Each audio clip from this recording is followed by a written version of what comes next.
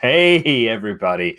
Welcome, welcome. My name is Rich, and the Intercontinental group of awesome and I-95 games are presenting our ongoing game of Masks, A New Generation, the game of young adult superheroes, the tabletop RPG written by Brendan Conway and put out by Magpie Games. This is a nice book. And we are also using the Halcyon City Herald Collection supplement, which I only have in PDF right now. But we are days away from Christmas. Who knows what Santa will bring me? Hint, I don't think it's going to bring me, because I didn't put that on my list. But I have the PDF, guys, so I can use it. Other supplements, in case people have questions, we're using the Hope Prep Freshman Handbook, which is actually a supplement for icons or mutants and masterminds, but supers be supers, yo. And then there's a little bit of stuff bleeding over from that Hope Prep stuff that we did in a Masks high school game a couple of years ago. We are in Halcyon City, and this is the fourth of 5 in the miniseries Doom in Halcyon City, where we have a guest player coming in to play the Doomed playbook, and we're going to kill them by the end of the 5th issue. But it's comics. Hey, maybe I survive in just like another dimension. We don't know. It's comics, you know? We don't know. You'll be just as dead as Wolverine, Kitty Pryde, Cyclops, Jean Grey. Captain America. We're making a good dramatic death. Multiple times. Batman. Superman. Yeah, you'll be that dead. You'll be just that dead. Yeah. We've all forgotten those characters. It's been so long since they died. And half of the entire Marvel universe. Indeed. True. With the MCU, half the MCU, including... Spoiler! Oh, wait a second. And the MCU died in the comics. The whole thing. The whole thing. That never came back. Yeah, so much stuff. All right. Anyway, now that we've sucked all the drama out of the moment, let us remind ourselves, because Jan is back with us. He was here. He's only missed the little bit here. I'm so excited. We got a full boat today. So Jan, remind us of who you are playing. I am playing Atlas, aka Marcus Meyer, I think. Wait, I have my character sheets here somewhere. Come on. But yeah, Marcus Meyer was correct. Yay. He is the Bull playbook, which means that he is very strong, and someone made him that way. And he used to be just a kid in a wheelchair, and now he's suddenly a hulking mass of muscle. Yeah, 7.5 foot tall mass of muscle. Yes. In fact. And in last session, Atlas was, Jan wasn't with us, so our excuse was that Atlas was out with Eun Kim, and we're going to pick right up with you once we jump into the action. But for now, we will introduce our other character. We'll end with JD. So, Jen, please remind us of who you are playing. I am playing Seraph, Janice. Seraph is the daughter of an angel, and so she gets the whole business, wings flying around, interesting supernatural alignment without necessarily having the kind of supernatural powers that one would expect from, say, a wizard. Being a Janice, she has a double life that she's leading, and in her mundane life, she's Ashley Banner, who's going to Hope Prep High, where she's thoroughly closeted, I guess. She is hiding the fact that she is a metahuman at school. And going to band practice, trying to get the good grades, trying to keep her girlfriend happy. And when we say band practice, we mean Teenage Gerbil Uprising. Don't think this is some kind of marching band thing. This is a garage band that has played a couple gigs now. A cool one. It's actually fun. That's right. The fun band, the less of the marching. And also, just as a reminder, and we'll revisit this as well, the last session ended with Ashley, aka Seraph, unleashing her powers in a terrifying way, which was golden light from heaven that was cast over all of the combatants involved in this very stressful struggle, and many of them finding peace in all conditions were cleared. And I think that qualifies for terrifying, because that's pretty big. Scary. Scary. That's scary. Paul, please remind us of your character. I'm playing Anil Hara, aka Viridian, who is a modified version of the Legacy playbook with supernatural woo-woo powers. And his father is sort of the supreme sorcerer of Halcyon City, kind of very much a big deal. And Anil also plays in the band, but is open about being a meta. Anil plays the drums. There's something really cool about that. Often when I think of Anil as a magician and his drum playing, it kind of reminds me of the Warren Ellis comic Planetary. There was a guy who was a drummer in that. I thought his whole power set was pretty interesting. And then, Alex, please remind us who you are playing. I am playing Unisha, aka Armature, the Brain. I am the super science, and I have prosthetic limbs made of wriggly cables.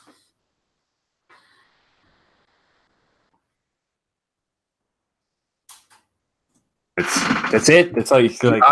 No problems, no shame. Yeah, there's no nothing. problems. That's it. All right, My science good. has never gotten out of hand, and everything I've made has turned out exactly how I wanted to. And we don't have a dark future version of Armature that we worry about. That's this sort of Damocles hanging over things. Yeah, none of that is fine. No. Just a young lady doing all the things that a young lady with cybernetic powers and a genius intellect can do. Yeah, True. Yeah, and there's definitely some romantic tension between Nemo and Anisha, I think. That's been building for a while. And I've been too tired previous sessions to really push for. I'm awake and... Are you saying you feel a drive to kiss someone you shouldn't? Is that what you're saying? Yeah. We're putting a milestone. We're just going to put it right there. Yeah. That we've got to... Somebody who I shouldn't be punching wants to provoke me, I can put that one over totally right there. Yeah, we'll put that right there. All right, cool. So again, as a reminder, there are drives that you've purchased from an advance, and if you fill up all the drives, you get XP, and if you don't, I just cackle with glee because they're all wonderful, and I love the drives you've chosen. Last but not least, we have our doomed. JD, please tell us about your character. Okay, 1 second. Got the sneezes.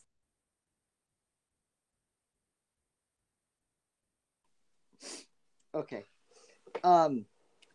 So Nemo is a shapeshifter and has gotten themselves mixed up with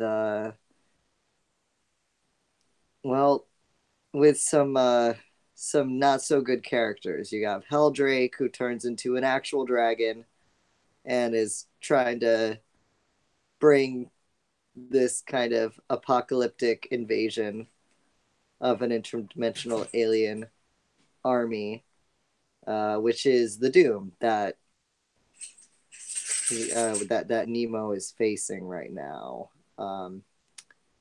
So they're trying to navigate this. They have not told their parents or family, their mom or family, about their about their new powers or the trouble they're in. Also have to navigate the fact that their nemesis is their ex-girlfriend. And yeah, it's not very good. The alien invasion is on the line. That's right. This alien invasion that you guys are dealing with yourselves, even though you're in a city full of superheroes. That it turns out that perhaps the Magister Justinian might be aware of, or perhaps he was alerted to in the last issue as well. In last session or last issue, you guys dealt with the kind of the scouts, the first piece of the Telrop invasion, as you guys ended up having to travel quickly out towards the Wharton State Forest, not far from where the orb is being kept in the sanctuary that our doomed PC has.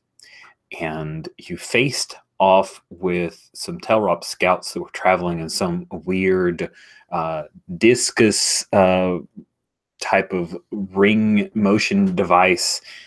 There was a fight, a fire that was happening with U.S. Ranger, and their truck had fallen over. You guys saved the Ranger. You stopped the fight, and one of the Telrop scouts did survive this big fight because, as I mentioned earlier, there was this moment of peace. I kind of call it the moment of peace, P-E-A-C, when Seraph unleashed her powers and a heavenly light shined down on everyone. And the Telrop scout, who had been kind of subdued, that he fell to his knees in an uncharacteristic manner and seemed completely at peace as well. And we have that moment, and we see that in the recap page, right? And we have little circles of the 4 PCs that were involved on either side, and we get that little update about those characters.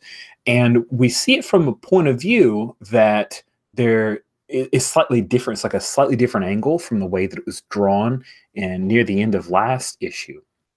And we see that in the bottom right-hand corner of that particular panel, there is over the shoulder of someone, kind of the, the video game, like third-person video game type deal, over the shoulder of someone that astute readers will immediately recognize primarily due to her hair, is none other than Mambo, member of the Transcendent Crusaders. Mambo is the Voodoo, or the Mambo, which is the voodoo priestess, who wields dark necromantic powers and has offered in the past to take on and teach Viridian the ways of her particular flavor of magic that he disagreed with somewhat and decided that there was too much of a temptation. And in fact, when you guys were offered the Young Crusaders option, he abstained from voting because he felt that temptation was so strong. And that's who is witnessing this fight and sees the moment of peace. But you see that the bubble effectively, she's just inches away from it, close enough to watch without being affected by this heavenly light. And we see all of that in our recap page. Then when we flip over, flip the page, not physically over, but we flip the page, we see a completely different scenario. Meanwhile, exactly. Meanwhile, or it's like sometime earlier, because this is going to be a setup to where Atlas was. We see Atlas is on a date with Eunyoung Kim. Now, I'm curious, Marcus. Number one, I assume you're not in costume, but No. You have it with you. Sure, in a backpack, always. And too many times where it's like shit. Yeah. Where is it that we see anywhere in Halcyon City? So I mean, first they're in like the on the waterfront, and they started out with like a walk along the pier, and then afterwards they go bowling. Oh, that's so cute. That's That's cute. So you guys are you along the South River or the Wading River? There's a walking way by the Wading River. The South River is kind of near the Spike Penitentiary, so maybe not as much nice stuff going on there. The other one, the other side's nicer. All right, cool. So you guys are up on the north end, not far from Hope Prep High School, and Wading River, and along that way, the walking way. There's some stuff where you guys bowl, and yeah, it's. She's a really good bowler. She's really damn Atlas is good. not. Like Yeah. you see him first trying to fit his fingers in the holes and then just going like, well, Oh no, we don't grabbing- see the grabbing fingers a in the hole. ball. Let me Exactly, introduce you to grabbing the American. ball I need to introduce you to American bowling because there has to be that moment where you go up to the counter and the guy looks at you, and behind him there are all these open boxes of shoes, and he looks back and he looks at you and he looks back and he says, just go. Because they do not have bowling shoes that will fit you at all. No. Then, yeah, the whole thing of you like trying to figure, what do you end up doing? Do you like poke holes into it? No, I sort of just clench it in my hand. You like stick one pinky into the thumb hole. It's good stuff. And I'm imagining like there's a couple gutter balls, and there's even a moment where jokingly Onyun Kim like goes in, and then the rails come up in the gutters there to help you out. Yep. It's very playful. And of course, at some point, Alice gets frustrated and he throws the ball a bit too hard, and it's a like pulverizes it. The ball comes back and it's got a chunk out of it, and exactly. It's good. And then you guys head out onto the boardwalk, and I think she's got like some like a thing of cotton candy, and she takes a couple bites. She hands it to you, and then she pulls back, and you've like taken the whole bite. It's just the shaft of the little cotton candy holder, and you guys are looking, and off in the distance.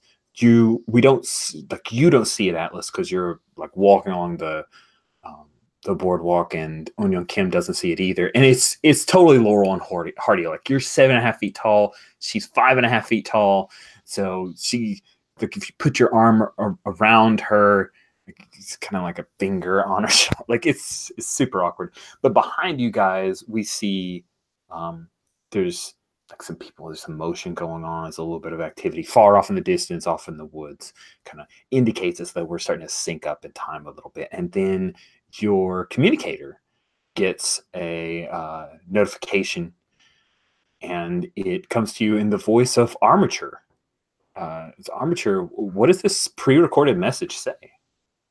Well, it's like totally without emotion. It's just alert, anomalous event at latitude 35-724.893, longitude -121-11548.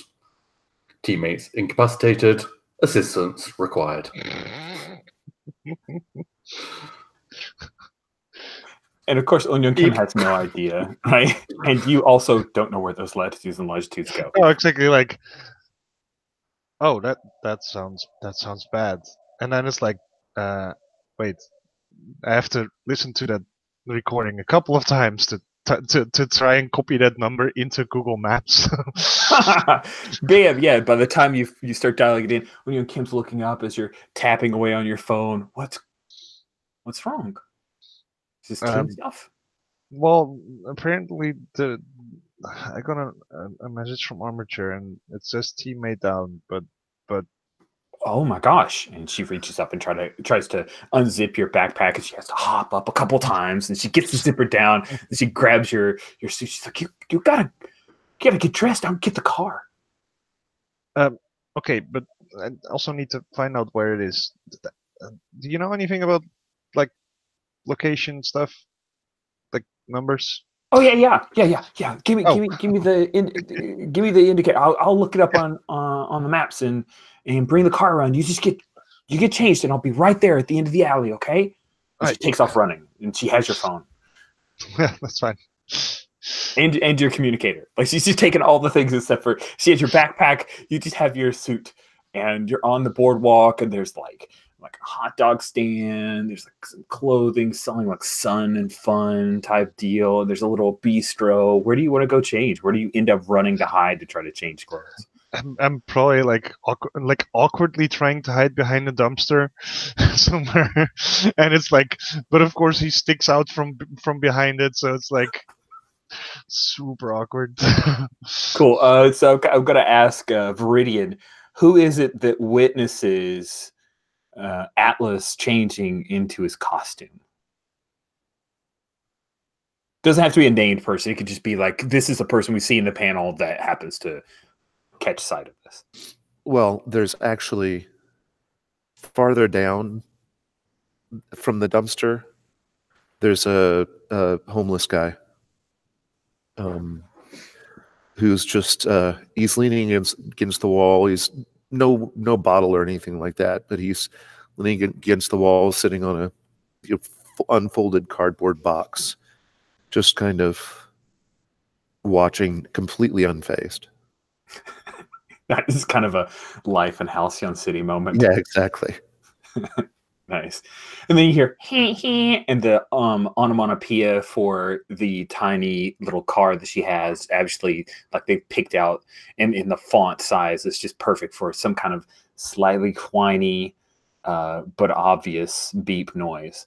And you look over, and she's already, of course, right? She always pulls the roll top back for you, and you're dressed it, so you get in, and she has you. She hands you the backpack and your phone and your communicator, and she takes it off as fast as she can. And you guys, she's like weaving in and out of traffic as you're heading towards the forest. She goes, "This is the Wharton State Forest. Do you know anything that's going on there?" No, I don't. Okay, cool. So, all right, well, that's fine. So we're just gonna head up to Swan, and then we can take that all the way down to the entrance to the forest. And it's like, you guys are going. It shows the odometer is going up a little bit, and then we turn a couple pages, a couple panels of driving. Is there anything that we see from Atlas during the frantic drive in the vehicle that can really only go about 80 miles an hour? I mean, he's gonna try and contact them to get more information, like what's going on. Nice. So yeah, you're trying to contact them, nothing comes through, and then right as she pulls up to the gate to the the forest, and there's there's like a little guard post type deal. That's when you see it across the skyline. You see that bubble, like that heavenly light, come down in this huge. Taking corners sharply. And so you come up to the guard post, you see the heavenly light come down, and Eunyoung Kim sees it, and you see it, and then the little gate goes up, and she zips through, and she's go on ahead, I'll catch up. And you come. All right. Yeah, I jump out of the car and start running towards the heavenly light. Sweet. And so you get to the heavenly light just as it slowly dissipates, and there's this calm, like you don't even hear the wind, and you see that there is a turned over park ranger vehicle. You see Viridian, and you also see you saw Nemo. You've met Nemo. You met him, and also there's Armature and Seraph, and Seraph's just slow, like she's slightly floating above, like her wings occasionally flutter. And then you pass by, you see that there's like a bit of some trees that are all messed up from the weird ring flight device that they had dismantled. And then there's one Telrop Scout, which I will show everyone the picture of that Telrop Scout again, just so we can remember what it looks like. There we go. It's a nice, cool Kirby. Totally lifting an awesome Kirby piece of art there. So this is the Telrop Scout that is upon their knees as you come up Atlas. Are trees on fire?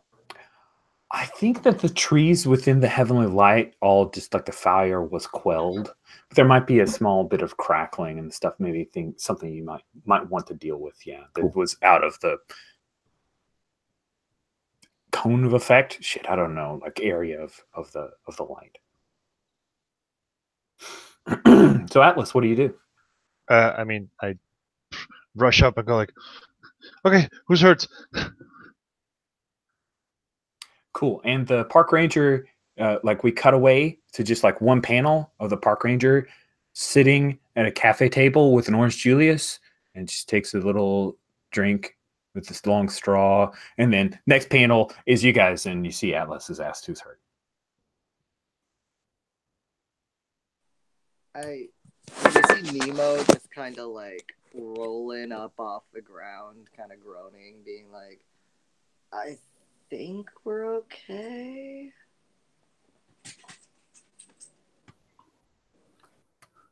You think you're okay? Yeah. Wait. I thought there was an emergency.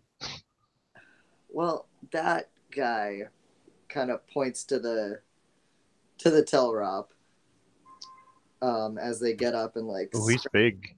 rub their neck. And they're like, that guy is definitely bad news. We need to get him. Yeah.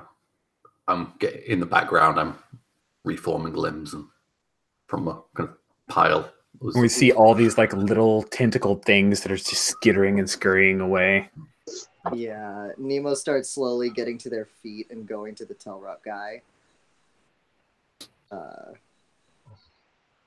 also stand back up and kind of shake my head.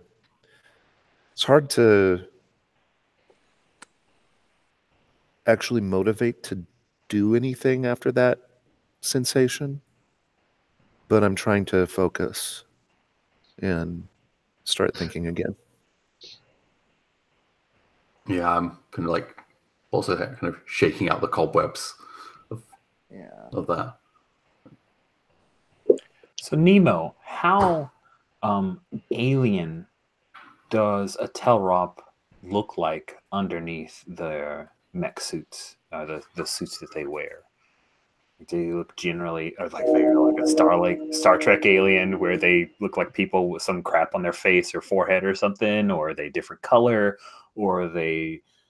Nah. Let's go with they're actually like alien. Like they don't look like human. Okay, cool. So I'm trying to think what would be a good description, but I'm not. Has anyone else seen the deleted scenes from Batman versus Superman, where it has a really cool design for Steppenwolf and not the atrocious design that they used in Justice League? No. Oh, I'll try and find a picture because that's quite good. That sounds good. Sure. That. Yeah. So, right. Nemo is taking off the helmet and trying to find something to wrap around the limbs to bind them and be like, we need to question them. We need to find out how did they get here? It wasn't supposed to happen yet.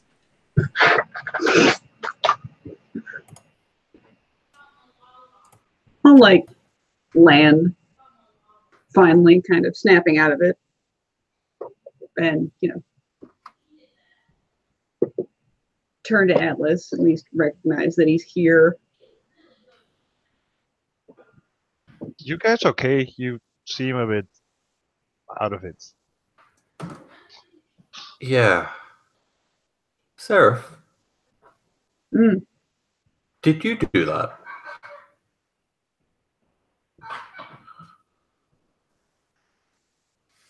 Not on purpose? Huh. Yeah. Do what? I don't know. Yeah, give it a minute. Okay. JD, not JD. Nemo, let me try something. What about the big guy? Do we fight him? Yeah, and I go over to the Telrob and I'm like, Yeah, Nemo gives you some space to work with. I look into its face. Like, does the Telrob have eyes and so on? I want it to be obviously alien, but I would like it to have some human expressions. So yes, I think that it has eyes, but maybe the eyes don't have irises, so they're just like these black pools.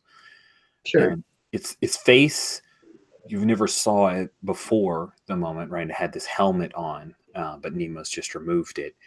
But the face seems calm, maybe slightly afraid. Yeah.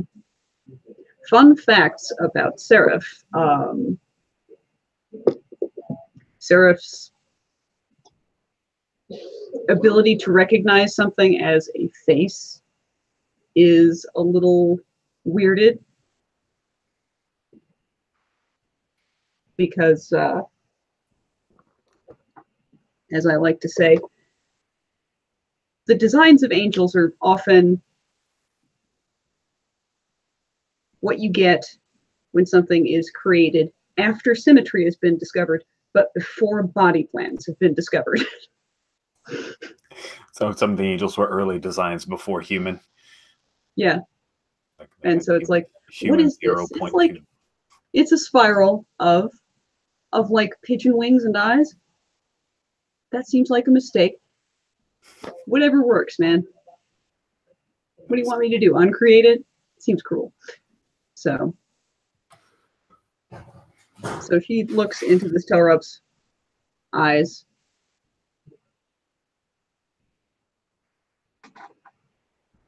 And says,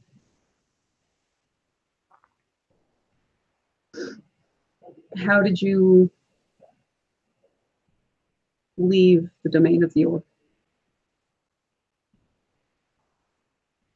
I am 01010145.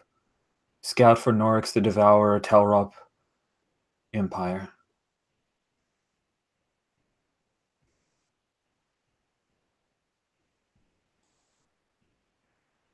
That wasn't the question, buddy.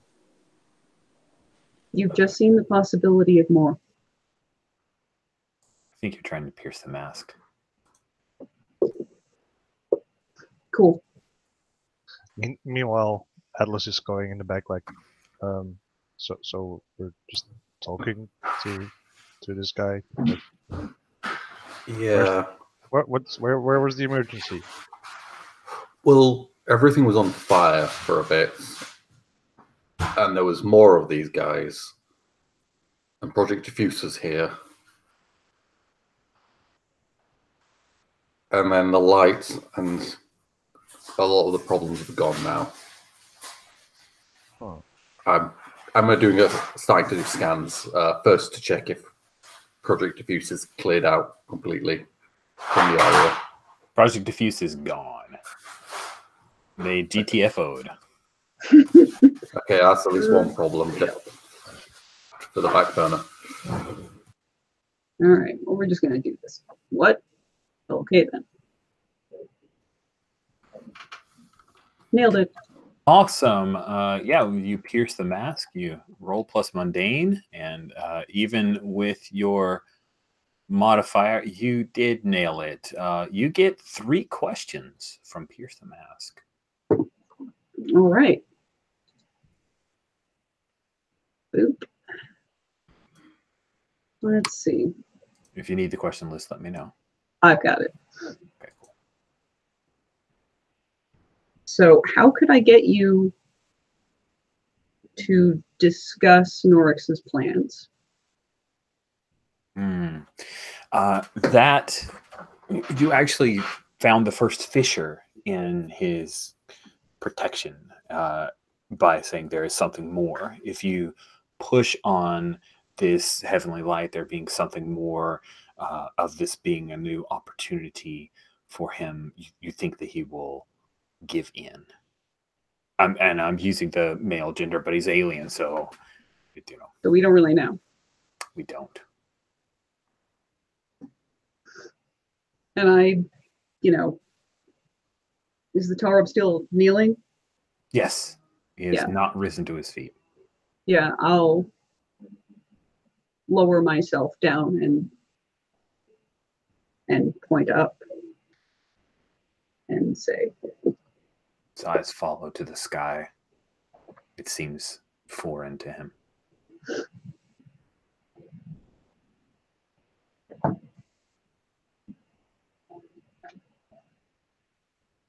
there's more wonder in the world than feeling those designated feelings and accepting the value of a number. The fair spoke of these things, but they are gone. There is nothing to trust but in Norix.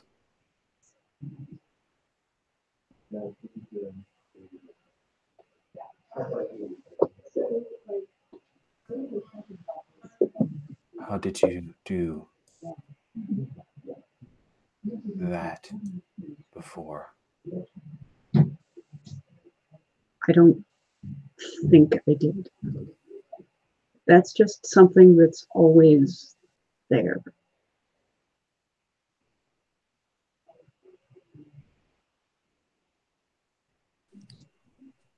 Norix doesn't care about you. That is good. So I don't think you owe loyalty to him if there is another option, and there is.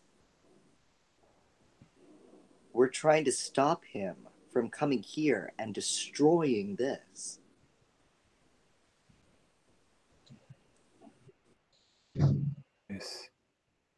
This is doomed, like all other places the Telrop step foot upon.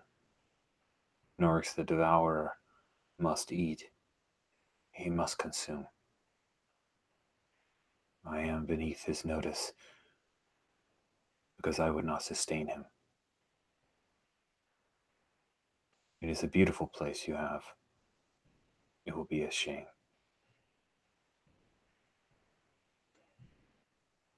How could I get influence over this guy?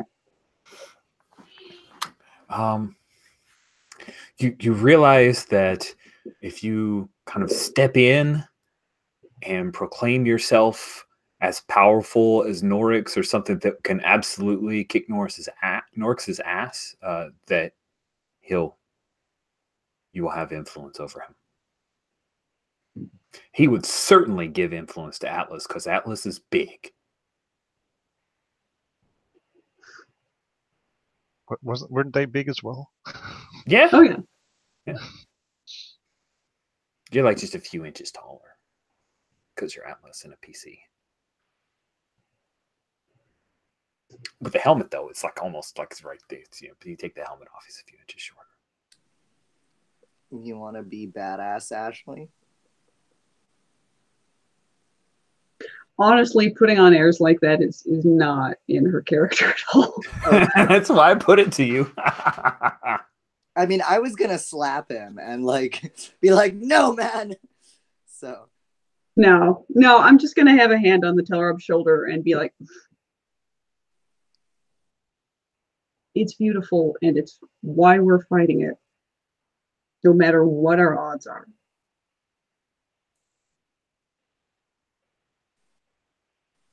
That is honorable. We will remember. What's he gonna do next? sorry. What's he going to do next? Without some other leader to lead him, he's going to look for Coral Corruption and try to reconnoiter with her because he's a scout.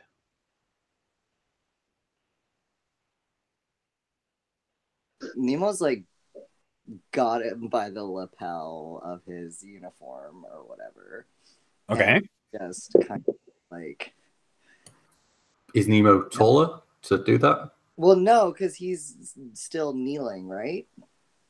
Yeah. Okay. Yeah, he's on his knees. It's you're still kind of reaching out just a little bit, but yeah, you can totally grab him by like the like Yeah. I imagine the shoulder pads of the helmet. Like you can grab that something area like there. They got yeah. So Nemo's just like, no, you're gonna do more than your member. You're gonna help us. All right. Sounds like you want to provoke 01010145. Hell yes, I do. All right. Roll plus superior. Let's do it with my terrible stat.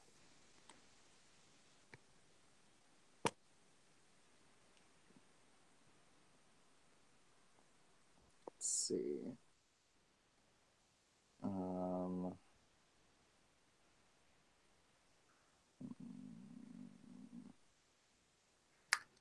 You could just right to the right beside the superior Yep, stat. You can click I on got it. it. Okay. Hey. All right. I got an 8. Okay. On an 8, for 7 to 9, they can instead stumble, gain +1 forward against them. They err, gain a critical opportunity. They overreact, you gain influence over them. Or they can rise to the bait and do what you want. Yeah, I think I'm going to add a little description. I think Okay. that Nemo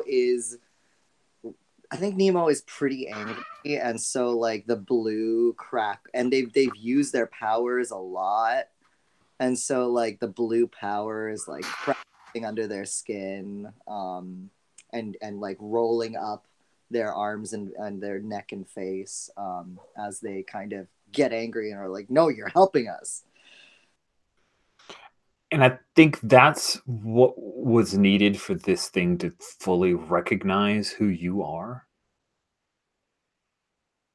And the Telrop scout looks at you and his eyes widen and he says, You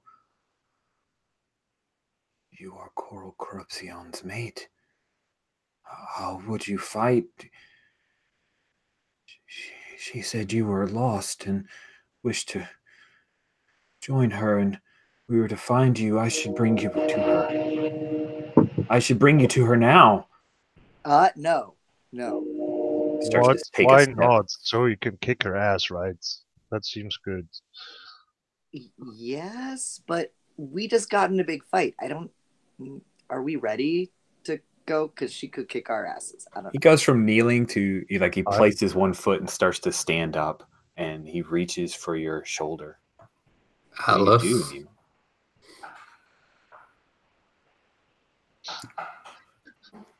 Wait, Nemo just looks at looks a little weirded out at the tall up. He's just like, They're just like, So you have influence over the Telrop scout, just so it's clear, Nemo, that result. Oh, okay. And so you guys are having this conversation. Viridian, have you been just observing this from like slightly away from the others, or did you go down and deal with the fire that was set by the trees? What have you been up to? I think that I've been trying to put out or prevent the fire from whatever fire there is from spreading.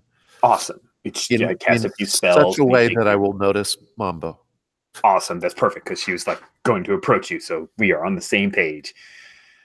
So Mambo, she shifts over. It's just as you're finishing up. We have this like green colors of you doing some kind of fire suppressant magic. I'm not sure what you do, like if you teleport them away or if you got some kind of Green Lantern foam or something. I don't know. What does it look like as Mambo steps out? You notice her. She doesn't get the drop on you. It's just one as she makes herself. Basically, yeah. I'm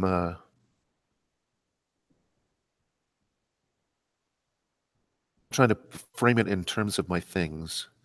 I think this is we'll just call this magical scholarship. It's basically, I learned an actual spell that, I mean, it's not like it would put out an entire conflagration, but this is more manageable. It's smaller spots, so it's easy enough. Basically, I'm taking the oxygen away for long enough for the fire to get her out. perfect explanation for why didn't he do it before? Is because this is only built for this scale of deal. Awesome. So you suck the oxygen away, and everything kind of drops down to a smolder, and then a little ember eventually dies out. And you get sad for ember, and then Mambo walks out, and she says, "I was drawn here by odd and disturbing foretellings. Viridian, my friend." I raise an eyebrow. What is Yes. happening? What is happening here? This is not of this earth. She gestures to the ring and kind of looks up the area where a number of trees were kind of cut in half by this thing sliding down. The vanguard of an invading army has arrived.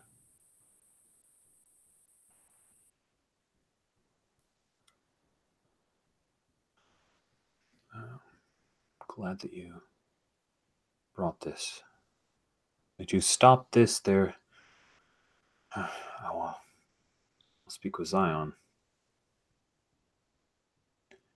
There are a number of defenses for the city. Planetary threat, we haven't faced that in some time. This is extra dimensional.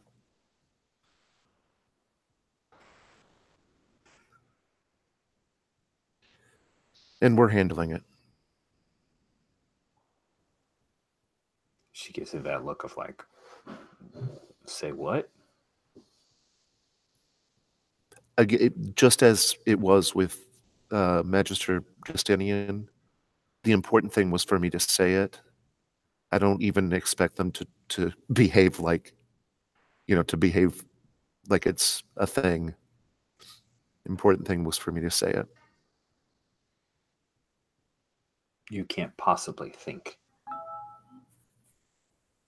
that the Guardians can handle an interdimensional threat. Tell me, Viridian, you are smarter than this.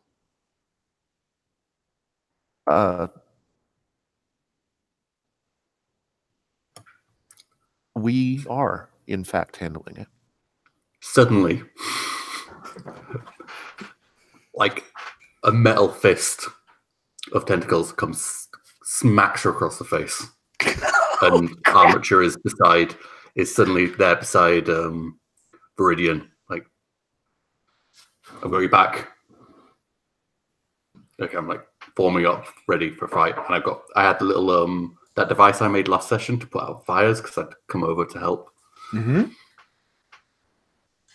Because the little thing I made for dragon fire, but Yeah, never got to use it. So yeah, it's a reminder of what Mambo looks like. They blow it up there. Here we go. Very cool. I love that. I love that look for Mambo. Awesome. So she comes back. There's a little bit of blood, right? Even a little bit of blood that comes down from one nostril. She holds it up because, Viridian, how do you want to play this? No. Viridian? I'm looking her in the eye. Are you hearing me? Yeah. Okay, good. I'm looking her in the eye, and I say, "My father is aware. I'm sure that he will intervene if needed. You can go take care of your PR issues or whatever it is that you spend most of your time doing." Oh my! Putting my fist down. I do think you're trying to provoke her to let you guys handle this. Yeah, that's tough. I don't know how well this is going to go, but good luck. Or to at least pretend to let us to handle it, right? Fair enough. I think with a full success, she'll pretend. All right, so that's superior.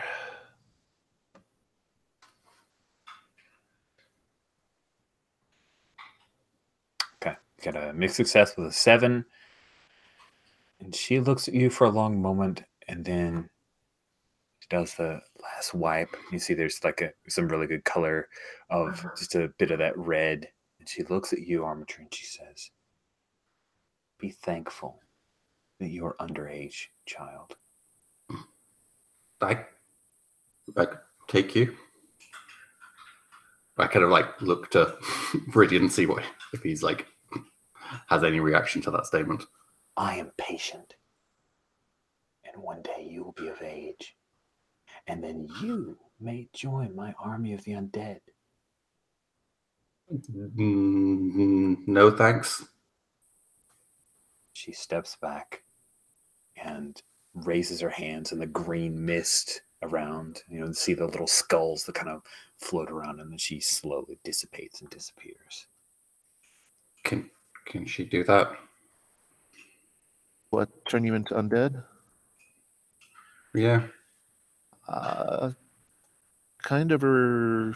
It's definitely within her power set, but I don't recall her actually having an undead army. Okay. Was she just monologuing for us? Maybe. Damn. So she wasn't here to attack us. Ah. Okay. Oh my goodness, thank you. Oh, we lost JD, but we'll take this break because she was definitely telling you how the world works, right? She was telling you guys that you were specifically telling Armature that you were too weak to be a threat to her. So I think she's trying to lower your danger. I'm definitely gonna try and ignore that idea. All right. If you want to reject her influence, you may go ahead and roll. That's just a flat roll, isn't it? Mm-hmm. And I can do a flat roll with... Well, I've got no conditions marked, so I can just do it from that.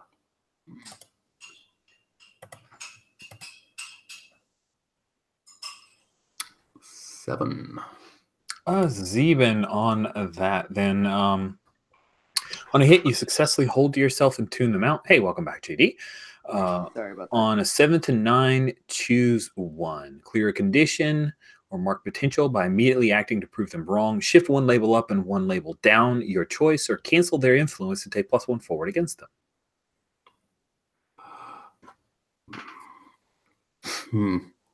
I don't have any conditions. No, I can mark potential. Mm-hmm.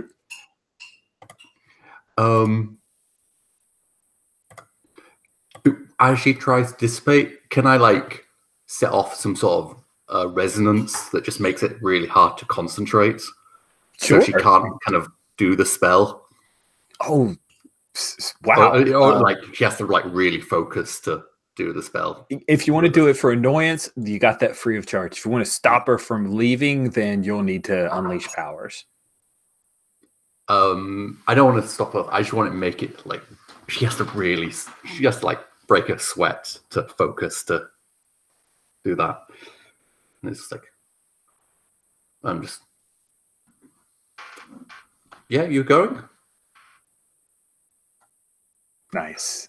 She will go, but you definitely left a mark of standing up to her against the threat that she offered. Did I just piss off the wrong person?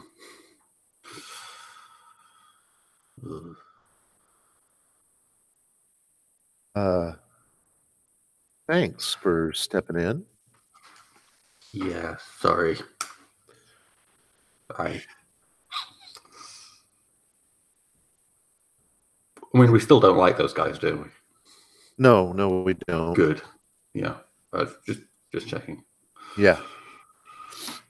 But I mean, I personally wasn't going to punch her, but I don't mind watching you do it. Well, as long as we're all good.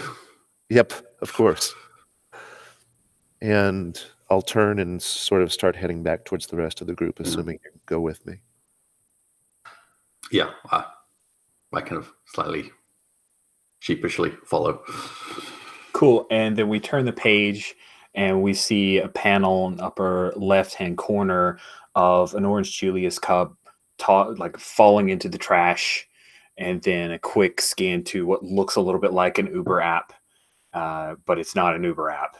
And this car pulls up and the park ranger gets in and says, please take me to Wharton State Forest. And then we come back to you guys. I don't know why we have this B plot of the park ranger coming back to work, but I'm in love with it. I'm committed to it. It's going to happen. Just don't worry. It's extra pages. It's like it's a double-sized issue just so we can get in that thing. I love We it. gotta give Park Ranger a name and a backstory now. I think that's Could it? It's just something I see sometimes in comics occasionally. Could it be like some comics tend to have like actual kind of a border of another story happening? I've seen it in Fables sometimes. Yeah, or they'll do it like it's just like the bottom sometimes rung of the comic. Those panels are telling their whole separate Yeah, story. so it's like we've got the page of our story, but then just a little slither that just that goes across the whole. It's almost like a flip book in the corner, and you get to no, that's too much. But that's the thing is the B plot. Come back to you guys. You're standing over the Telrop scout who was taking a step up and put his shoulder on Nemo, or put his hand on Nemo's shoulder, and seemed he's not putting his shoulder on Nemo, dummy. Rich, sorry. Let me get body parts right. Hugs. Come here, bro. No, he puts his hand on your shoulder, Nemo, and it seems like he now is remembering his programming. Like he's overreacting here. Going to the safe space of like, this is what I'm told to do. This is the thing I'm going to do, and I'm going to grab you and take you to Coral. Yeah. And that's when I think people said, Atlas? Yeah, Nemo's just like, no, we're not going to Cora. You're going to listen to this guy, girl, them here. Nemo gives a thumbs up. And if you don't, then I'm just gonna kick your ass. That too. That's a provoke. Yes, but it's a provoke with danger. Yeah, it's a provoke with danger? Is that? What do you mean? What is this thing? How do you provoke with danger, Atlas? I have a head that I don't need. When I provoke someone with obvious threats and show of force, roll plus danger instead of superior. Do it. Boop. Oh, come on. Yeah. That's an 8. Squeak. That actually, like, even though you don't get the bonus of what Seraph learned, because she didn't say, hey, if you do this, it definitely plays into that intent. And so I'm gonna say he rises to the bait and does what you want. So he says, What are you? How about your size? I am 01010145 of the Telrop invasion army, the Empire of Norix the Devourer. I am Atlas. Now, listen to the kid over here, or we're gonna have trouble. Just for clarity's sake, the other Telrops are like dead, right? Yeah, all the other Telrops are. Yeah. They did. Yeah, I think that Nemo just kind of like gives a sad look and like pats the Telrop's shoulder and is like, yeah, I don't want you to end up like your friends.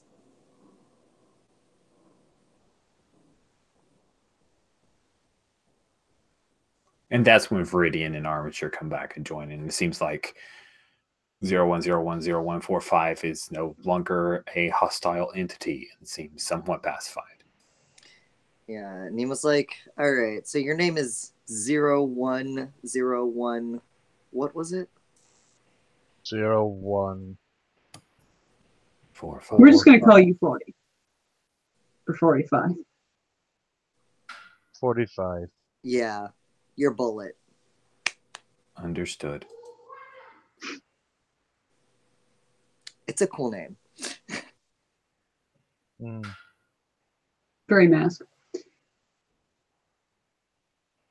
Anisha, are you okay? You look antsy. Yeah. I think I did something I shouldn't have. Again. Well, but He's going to be part of an undead army someday. Yeah. What? Well. what? mm, No. That doesn't sound good. That Ah, doesn't surprise me. all talk. Well, there's time left. We'll deal with it. Okay. It'll be fine. He's just trying to rile us. You hear Atlas. Hey, are you guys? Are you guys? Where are you guys? Wait. Oh, I'll just follow the smoke. I'm coming. And then snap, twig snap. And Eunyoung Kim comes tromping up, and she's got your backpack and your phone, and she says, oh, "Wow, it's the whole team. It's like a team thing." And like, oh, who's that guy? He's almost as big as you. This here's Bullet. I think Unisha gives Eunyoung kind of a look like, you have a type, I guess. I don't say that out loud, though. But she doesn't like the reaction isn't like he's attractive. It's just, oh Yeah. gosh, that guy's almost as big as you, which to her means big threat. But Yeah, Nemo is putting the helmet back on Bullet. Trying to straighten him out. cool. Bullet like drops down, takes a knee, so you can put the helmet on. And Eunyoung Kim says, sorry, the Atlas was on a date with me and couldn't join you guys, but as soon as he heard the message, he came. We came as fast as we could. I broke several speeding Yeah, laws. there was no man down though. Literally, there were people down Yeah, He just got off the before game. you arrived. you were on the floor. I've seen you on the floor before. I thought this was gonna be much worse. You sound disappointed. I'll revise the alert system. Atlas shrugs. Oh wow, shit! I did it again. Damn it, man. We don't need any Ayn Rand up in here. Oh, sorry. So are we going with 45? Like, just I want to buy into whatever you guys have renamed 01010145. I think it's Bullet. Okay, Bullet, who's now helmeted, says Coral Corruption is bringing more through. The orb is cracking. The last of the fairish power has waned and died. It is only a matter of time before the gateway opens. Oh hell, that means that she's there right now, isn't she? Damn it.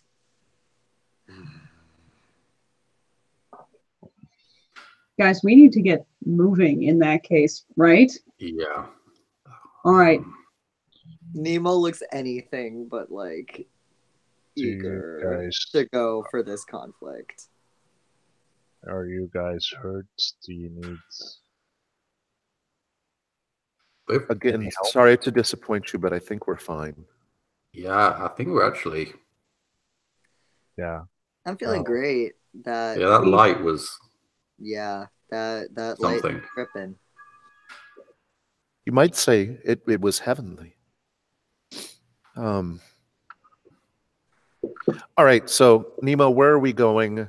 We got to do this. I know you don't want to, but zip up your hoodie and let's Oh, hit the and street. let's kick your girlfriend's ass. Ex-girlfriend. Nemo mutters, and then like Yeah. I go over and like put an arm on Nemo's shoulder. I'm like, yeah. we got this. Nemo sighs and looks at Armature and then just like hugs her, I think. And then Go on and kiss him. And then there's a hug. there's a hug. Yeah, Nemo is not emotionally okay right now. He does not want to do this. They do not want to do this, and so they you know, Can I like hug. kind of Hug out like return. not as a pushing him away thing, but as a kind of just a thing of like getting his like face and like sort of looking eye to eye.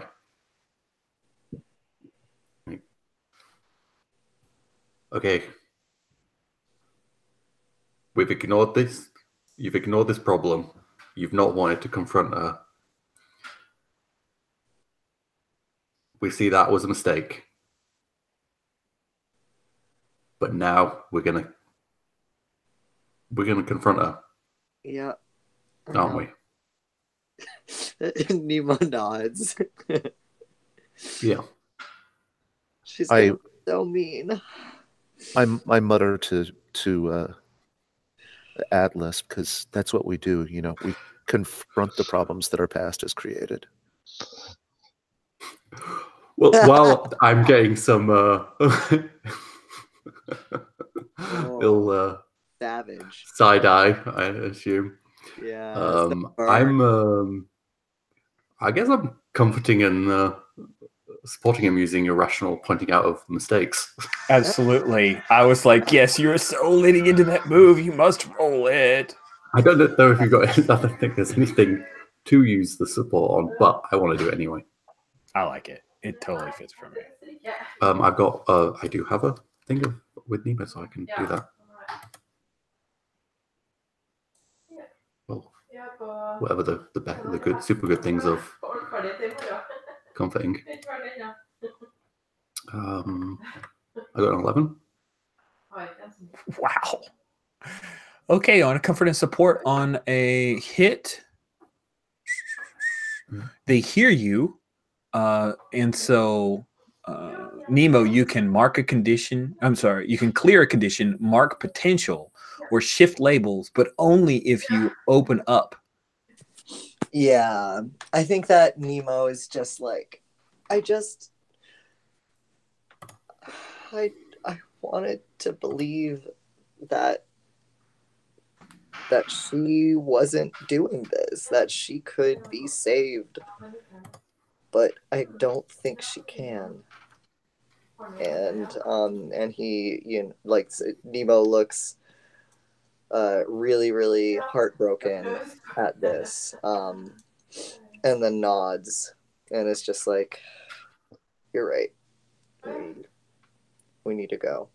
And then looks significantly at Armature, like just like their faces are close, like there's, you know, that sustained tension with the Significant eye contact. Yeah. And then Nemo's glance flickers down to their lips for a minute and then back up, and then he like turns and he's like, let's go.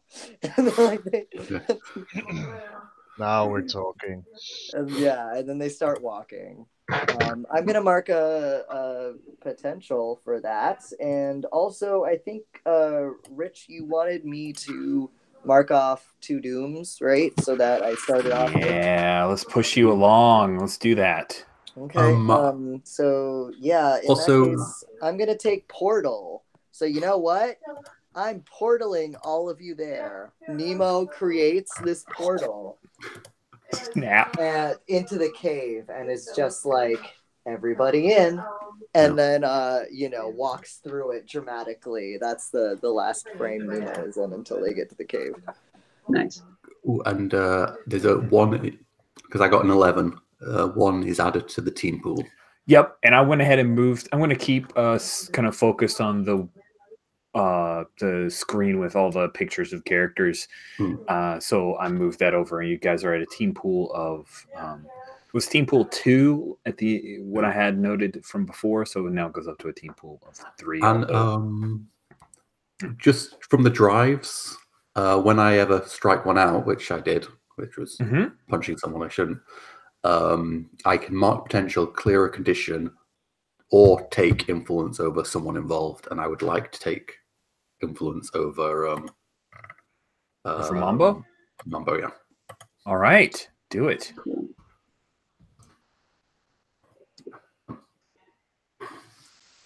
So near the tail end of Armature and Nemo's connection, I'm gonna head over to Eunyoung Kim and be like, Eun, there's a girl. Her name is, and I like try to pretend that I'm not good at remembering it or figuring out who it is. Lisbeth LeBlanc. Do you know her? Of course, she comes to the practices all the time. She's like Ashley's, like they're tight, like they, going together and steady and girlfriend stuff. Yes, totally. Yes, she's cute. Could you link up with her and go someplace far away from this business? So you don't. That's fine. I mean, I don't think they're probably immune to glowing lights. So sure. This is really important. Okay. I'm working on some gauntlets though, so maybe someday I can help you guys. Gauntlets sound like an excellent idea. That could be really great. You should work on that and collaborate with some people, Yep. And then she's gonna get a run-a-go and try to jump up into Atlas's arms before you jump through that portal to give you a goodbye kiss, because it takes a run-a-go. I'll like take a knee to give her a kiss. She still has to jump a little bit, but yes. There you go. And cool. Is it like a peck on the cheek, or do you guys actually like kiss? Oh, smooch, yeah. Awesome. She takes off down the hill, heading back to her car to go find Elizabeth. And you guys step for a high five. You guys are really cute together. And I think this is exactly the best time. I think as you guys hit the staple, and we will take it's 34 after. So let's go ahead and take a 6-minute break, and we'll pick up 20 minutes till the next hour. See you guys in a bit. All right. Man, I was so torn. Torn between what? On what? Whether to actually just go for the kiss or not, because like Nemo knows they're probably gonna die. Save it for the end. Save it for the end. Eat strawberry. That's mine, I think. Save it for the end. All right. But yeah, bio break for real now. Bye.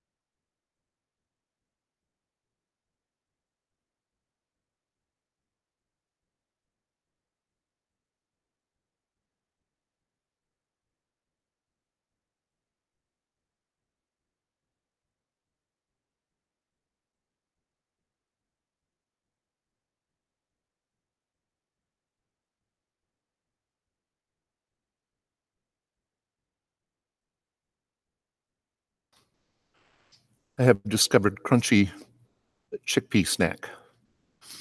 That Like, sounds tasty. what? That sounds tasty. It is Kind very of like the Bombay mix chickpeas. yeah. Yeah. But it's just the chickpeas fried Oh, no, they're good. or whatever. I love it. They're kind of addicting.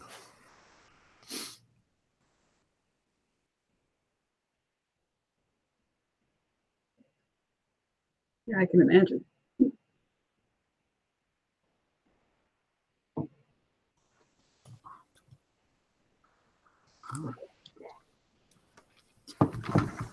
Hope you're okay with the interrupt. I mean, I asked you before Yes, I did it. of course. It just seemed like a good opportunity punching somebody I shouldn't. Yes.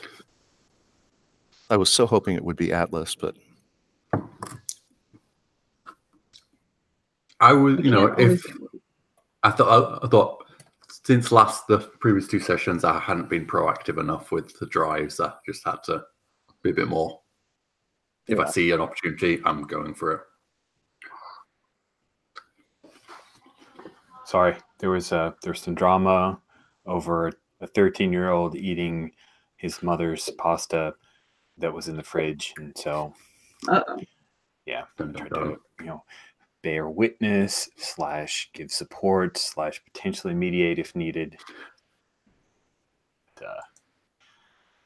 Yeah, kids. that's a hanging offense. Yep. All right. So we hit the staple, right? We turn the page expecting to see something exciting. Instead, it's like an advertisement for some television show based off superheroes. We get very angry. We look to the right, and that is where we see the interior, where before, during the very first issue, when Nemo was introduced and we went inside and we saw that central control room and we saw the orb. We see the orb now. It's the first picture that we see. We see that in the background, and there's a very obvious crack in the orb itself. And then we see a pair of hands that kind of circle around the orb, and Rich will now hurriedly try to show a picture, and I will try to blow it up so it'll be nice and big and scary for that character. And here we go. It looks like that. You guys see Coral Corruption, who is obviously pretty scary looking, and she has her claw-like fingers around the orb. She strokes it, and you see their little. It's almost like this little plasma ball type deals, where the stuff kind of circles up towards her fingers, but actually leaves the circle of the globe itself to touch her fingers. And behind her, I have another picture to display. If only there was an easy way to quickly display pictures, but I'll do it the slow way. We see several of these things, which are Telrop soldiers, and they are even bigger. They are absolutely Atlas-sized. And there are several of them who are standing by her, and she monologues to them because comics and says, "That stupid Scout 4-5 is bringing me Nemo. All we have to do is touch this orb together, and it will open. And then Norix the Devourer will come to this world and bring it asunder. I will rule what is left. And if Nemo survives, I may allow him to live with me." And that's when the portal opens up, and all 5 of you spill forth, coming out of the portal into this room. Oh, sorry? Sorry, Nemo was leading. Okay. Yeah. And I think when Nemo sees this scene, they stop, and whoever is if anyone is right behind them, they might knock into Nemo, because Nemo is just like frozen, and you can hear their heart just cracking as they see what's become of Korra. Their expression. They're just almost disbelieving. Korra? I think it would be Bullet that's right behind you, right? Oh yeah, Bullet knocks into Nemo. Yeah, he's kind of bombs you down, and Cora, her face kind of shifts back to the attractive teenage Latina girl that you had dated, and she says, "Spence, oh God, I need your help. Please, these guys are trying to make me work against you. We can close the orb together." And then everybody else kind of spills in behind. All we have to do is just grab this orb and we can force it to stay closed, and we can close the gates forever. What do you do? Nemo looks at her, and they know her well enough that they know that this is her trying to manipulate them, and it breaks their heart even further because they saw what had become of her. They saw her destroy those goons before and just break them. They knew the darkness she had inside her, so they don't buy this, and they're just like, Cora, stop. I'm not an idiot.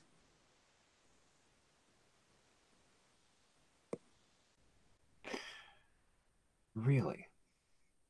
And then she reaches her hands and they extend out like a whole other panel across the gutter of a panel and grabs hold of you, trying to pull you towards the orb. And then all the Telrop soldiers start moving past her towards you guys. Hold them off. I'll take care of this. I would like to defend Nemo. Awesome.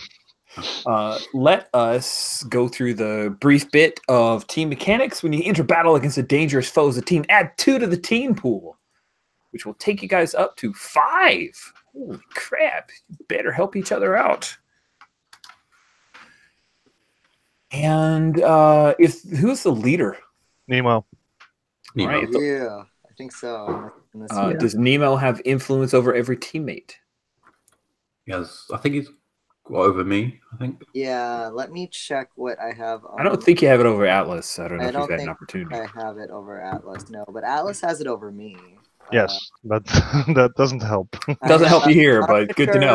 Viridian and Seraph, but not Atlas. Okay, so the answer is no. If everyone has the same purpose in the fight, add another team. So Nemo, what's your purpose? To stop Cora and the Telrops, and just make sure that this So shorten it. What's the purpose? to defeat Cora. Okay. See, what are you opposed to that On goal? board. No, I'm here for it. it's as long as that is Nemo's actual purpose and not like redeem or something like that. As long as the word is actually defeat, I'm down. I'd be down with redeeming. All right, that takes you guys up to 16 pool. If any member mistrusts the leader, does anyone? Do you say 16? 6 team. TEAM. Okay. Sorry. Wow. The team pool is now 6, and there are 16 more. No. Does anybody mistrust Nemo? Nemo has been waffling a lot. It's true. I mean, there was that crisis of conscience just moments earlier. I think it's legit to say you may not trust Nemo to follow through. I do not trust Nemo. All right, 5. You're down to 5 team. And is your team ill-prepared or off balance? I don't know. What do you think? I'm thinking no, but I wanted to check in. So. I don't think so. All right, No. You guys have a team pool of 5. And now, Atlas, you wish to defend Nemo from being pulled to the orb for kissing the orb. Yes. Cool. If you defend someone or something from an immediate threat, roll plus savior, unless you have a move that counters that. No, because Nemo is not my lava rifle. So I will just have to do it by savior. Okay. Oop. Ooh. That's an 8. So that's 6 and the 1, and then bloop, it falls over to a 2. It would have been a success either way, but still kind of, I love the drama. So with an 8 on a hit, you defend them and keep them safe, and you get to, on a 7 to 9, it costs you So on a hit, you keep them safe and choose one. Add a team to the pool. Take influence over someone you protect or clear a condition.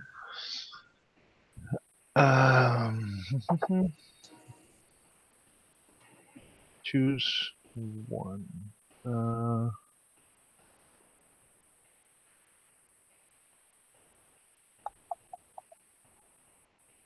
I'll add a team to the pool. Awesome. And then on a 7 to 9, it costs you expose yourself to danger or escalate the situation. I will absolutely expose myself to danger. Oh, that's lovely. Because during character creation, as we talked about Nemo and Coral Corruption, it was expressly stated that Coral and Nemo both gained the same powers. And Nemo, what are your powers? Well, it's a little different. So Cora has super strength and speed. She has vitality absorption and memory manipulation. We both have memory manipulation and vitality absorption. AKA life drain. Yeah, but she so she can like mind wipe you or, you know, fuck you up physically, pretty much. Good.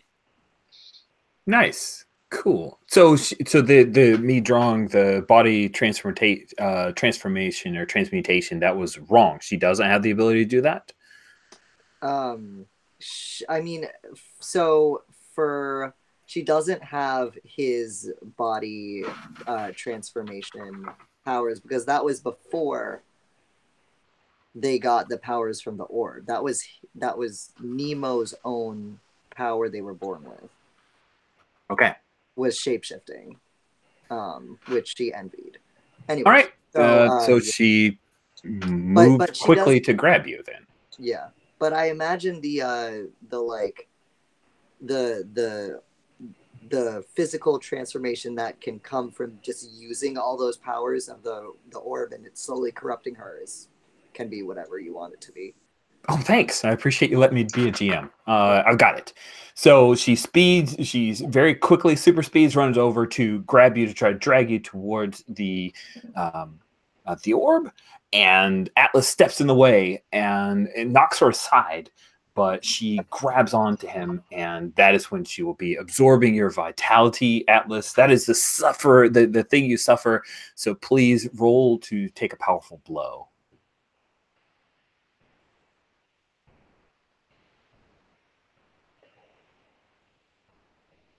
You've rolled plus conditions marked.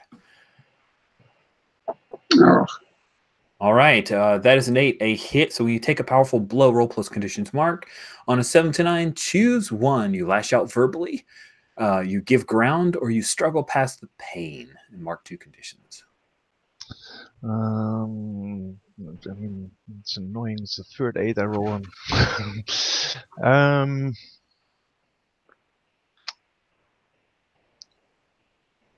I will.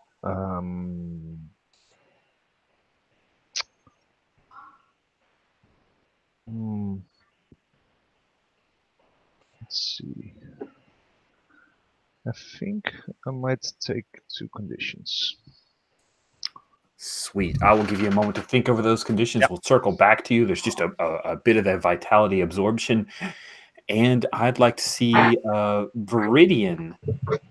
So what is Viridian doing as one of these Telrop soldiers move towards you? I am going to use my magic to both hands forward. Just basically, I'm trying to knock him over with my beams. Nice. My magic beams. Those magic beams. You just throw them out. There's a cow that comes flying out. You directly engage a threat then. All right. My danger is 1. Moving over to the browser.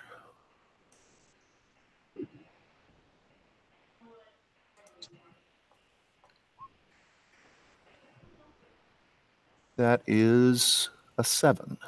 Okay. Well, all these 7 and 9s, I love it, guys. 7 to 9, you get to pick one option. You guys are going to swap blows.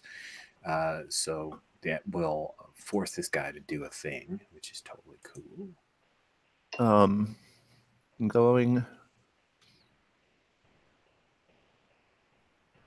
I will.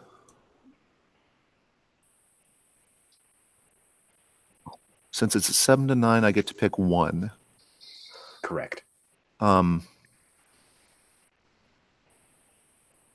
going to resist or avoid their blows. All right, that is wise because there were some blows coming. So you hit this thing with a bunch of beams, and some of them bounce off, but you see that if you permeate this weird yellow and red armor, and there's like the fissures, and there's a little bit of smoke that comes up from that, and it knocks them back a few steps. They raise their hands, and you see they like summon this power and try to unleash it towards you, but you ward it. Like you do have some kind of ward or some where you just cut through it like a hot knife through butter. And we see a little bit of damage behind you and all the machines and the other parts of this control room area. I'm going to cut over to Seraph. So Seraph, you see Bullet is here kind of watching the fight go on. Coral just hurt Atlas pretty bad and is trying to take out Nemo. There are several other soldiers, Telrop soldiers, who are here, and of course the cracked orb. What are you doing, Sarah?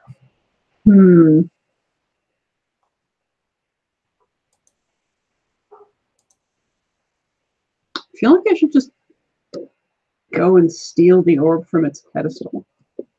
Probably take flight, phase through a couple of soldiers, fake them out, snatch it up.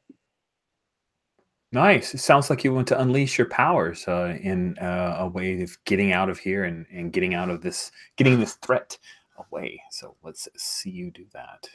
All right. Roll plus freak. What? Wow, look at you with your +2 freak paying off. Nope. Sweet. So we will see what happens with that in just a second. I want to swirl back around to Atlas to see that you chose the conditions. So as you get knocked down by this vitality absorption, what are the conditions? What do we see on your face?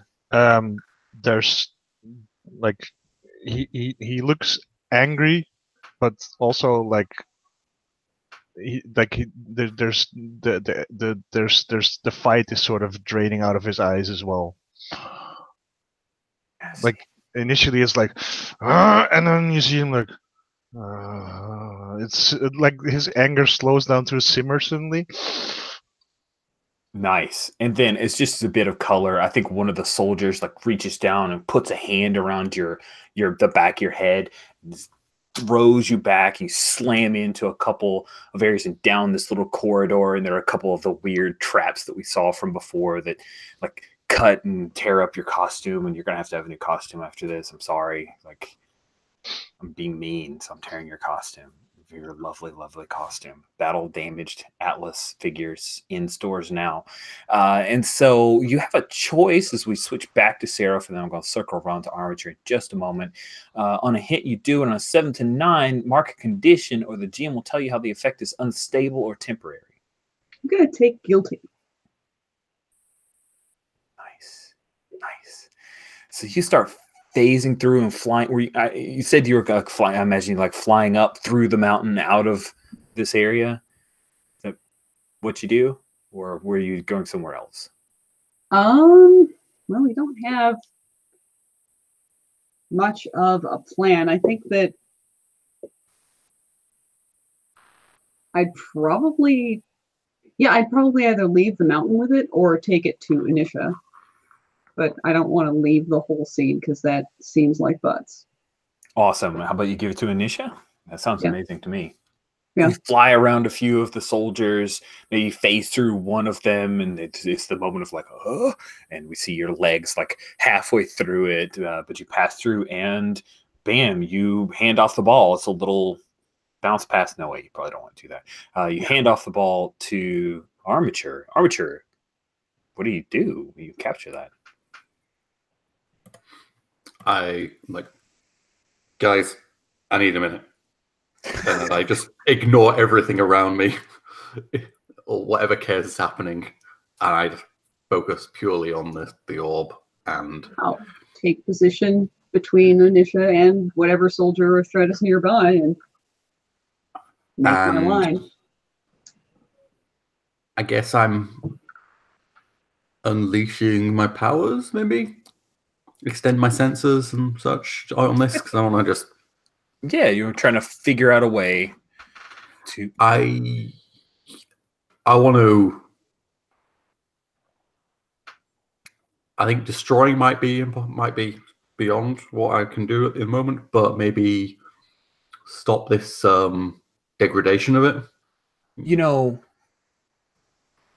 you might be using the fact that you're a tactical genius to point out the obvious flaw in this plan. Then I have to have a flaw in the plan.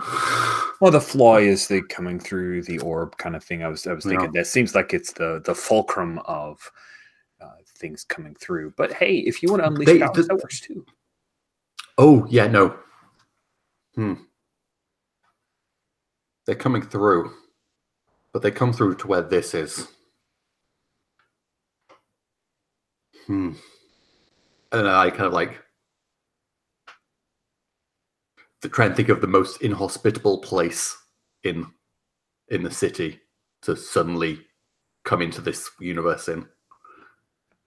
Oh my, I definitely know. Can I think? I'm gonna have an idea, but like, there's a nuclear reactor in Halcyon City somewhere. Surely there is. I was that is definitely a legitimate. My first thing. thought was volcano, but then like, there's probably not a volcano here. So there were a few, but there were always like super villain layers inside, and so the exemplars took them out. Yeah. Like, Seraph. Yeah. Can you survive 2 seconds in a nuclear reactor? There's only one way to find out. Nice answer. And I'll roll plus savior to see if this is a stupid idea. I'm guessing having influence over Seraph doesn't really help in this. It doesn't really. It's not really about her. Yeah, it's not really about her. Yeah, I'm glad you thought of nuclear plant because I was going to suggest the remnants of Mr. Amazing's Wonder Walk, which is imbued with supernatural essence because of the quintet. But yeah, you send them to spooky place. Probably you just send them into a nuclear. Yeah, that's fine. Well, good news. So you get a potential. Good news is you get a potential, which is this game's version of XP. So I toss the thing to Seraph and say what I said. Awesome. So you toss the orb to Seraph, and as you take hold of it, you see that crack circles round and the orb falls into two pieces. And the energy within starts to expand, and it literally pushes you physically back. What do you do? All of you guys can see this now as you hear as the two halves of the orb fall to the ground, and then there's also these like the ha-ha-has from Coral Corruption. I kind of just want to make her eat it. But, that's probably not good. I also, I'm going to be looking to Nemo to see what Nemo does.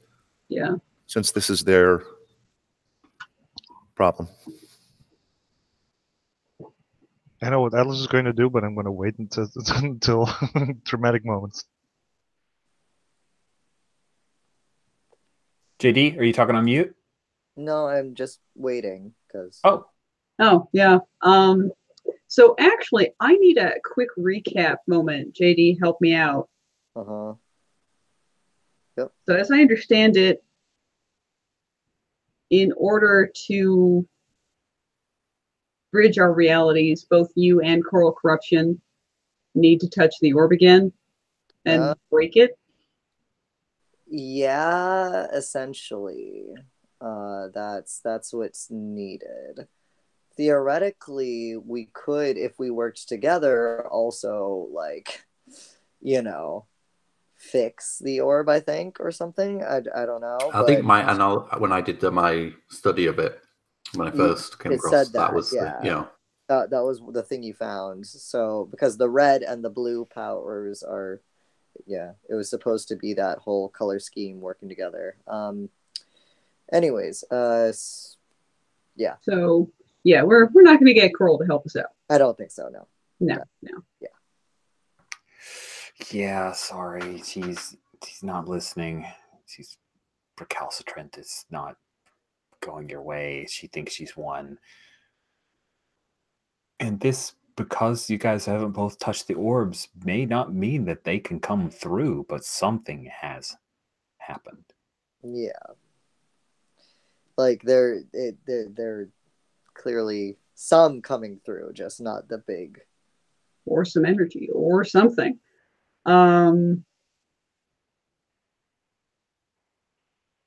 Well, I guess we have to play keep away with 2 pieces instead of just 1. I'm going to at least dive for one of them, but I want to try and scoop them back together. I certainly can't make them fuse again because I'm not aligned with them, but... All right, unleash your powers. Cool.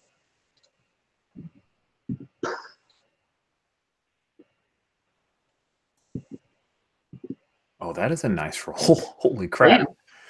With a 12, you absolutely snatch up both pieces before they break any further. You have the 2 empty halves of the orb that you may be able to reseal somehow. But yeah, what do you want to do? Like, what's the next thing that Seraph does after you grab up the pieces of the orb?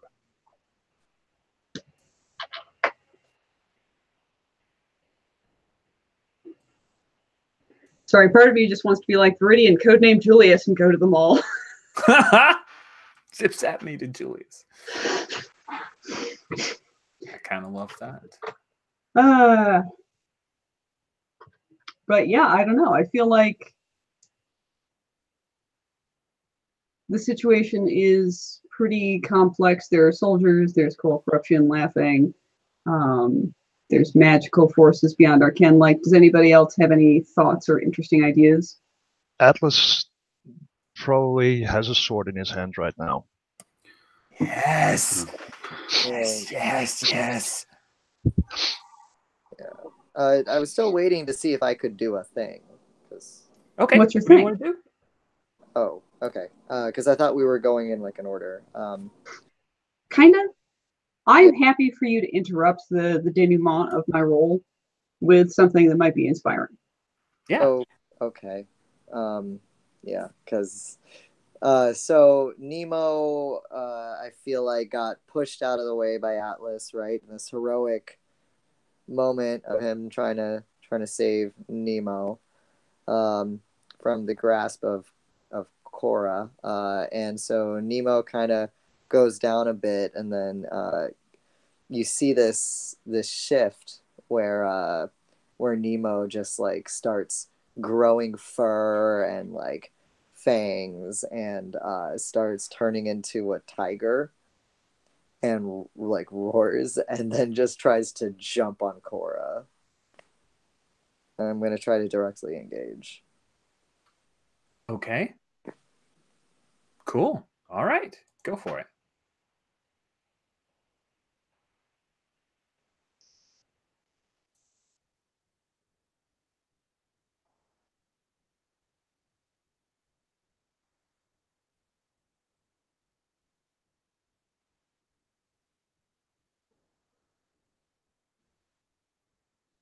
All right. You have rolled an 8. On a hit, you trade blows. And on a 7 to 9, you can pick one of the options. Do you have the directly engage move?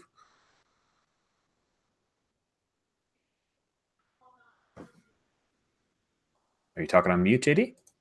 Yeah, sorry. Yeah, let me just look and see what I want to do with that. I guess I'm going to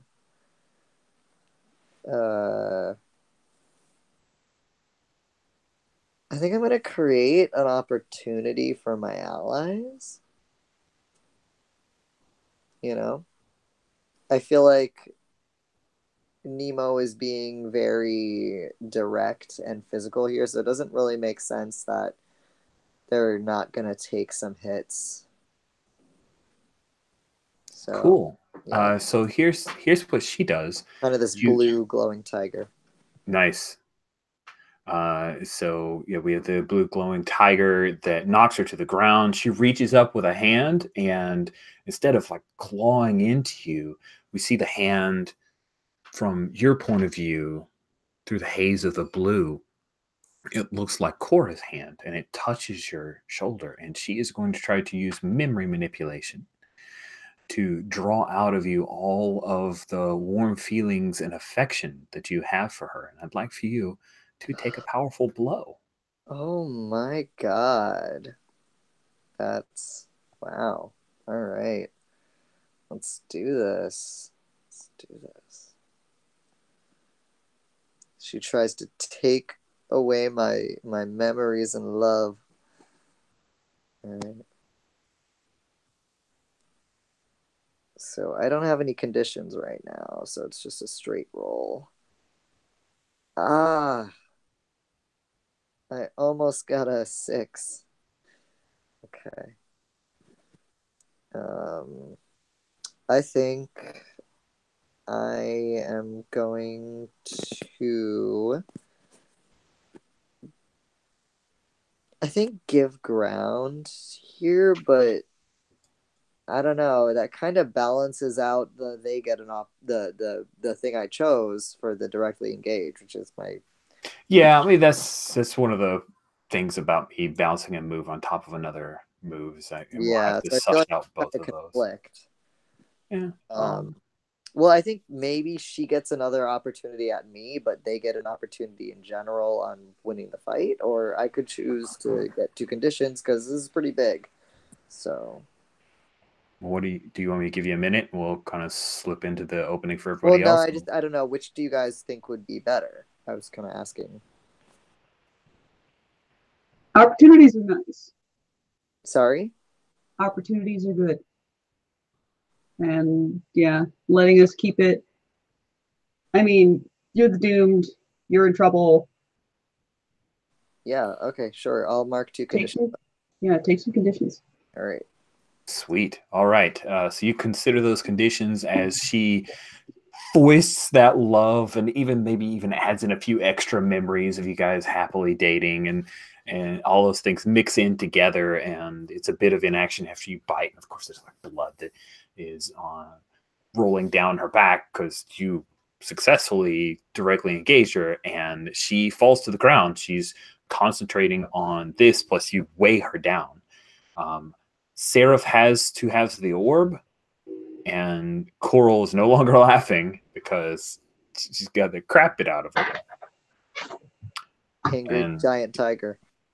Giant tiger. Giant blue tiger. So I a little bit lost the thread. Atlas or Armature or Viridian, either of you guys want an action here? I want to see Atlas use the sword. That's true. I do too. I just didn't want to okay, so Atlas, you've got this sword. Yeah. And basically, there's like sort of an inner. I guess he's basically going. Sword. Fix it.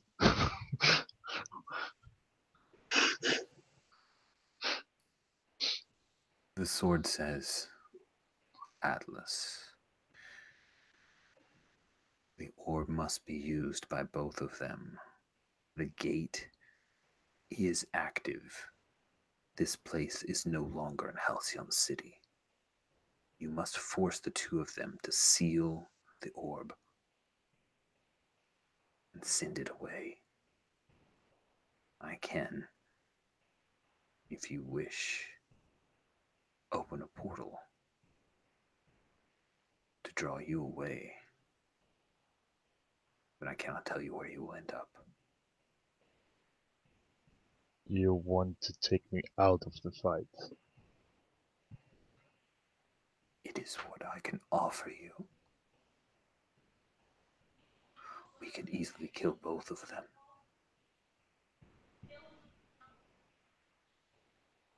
You would be lost, as would they.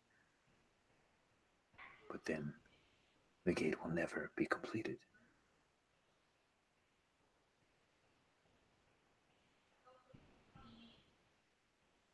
There has to be a better way.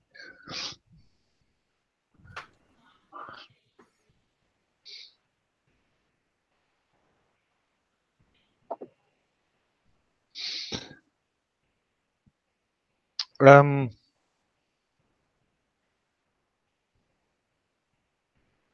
think, I mean, yeah, Atlas is not on board with just Okay, teleporting.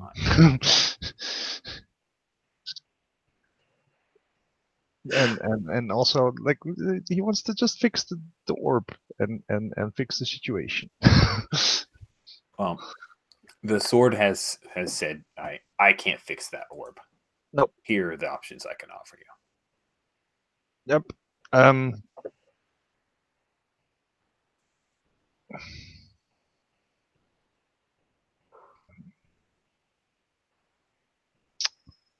Though, perhaps you could use the Claymore item move. I was going to do that. I mean, the sword doesn't want you to do that.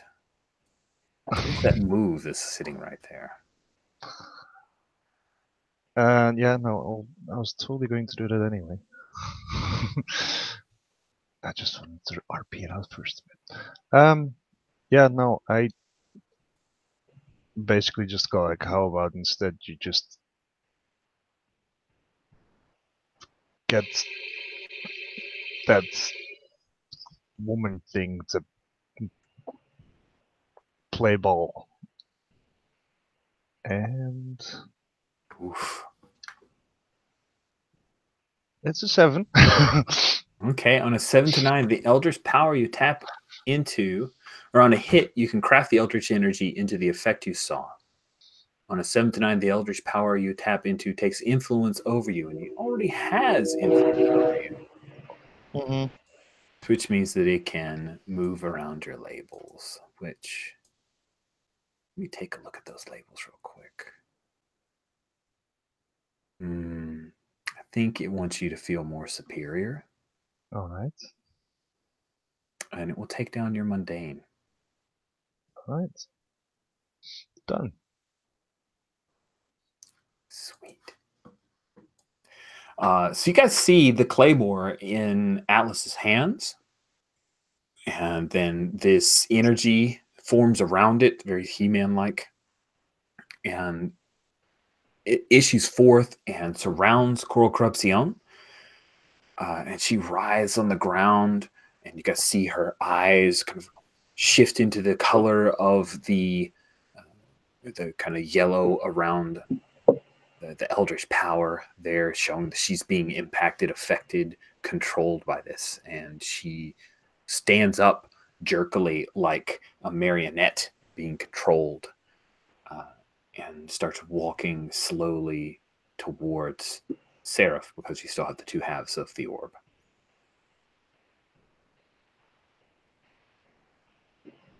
What do you do?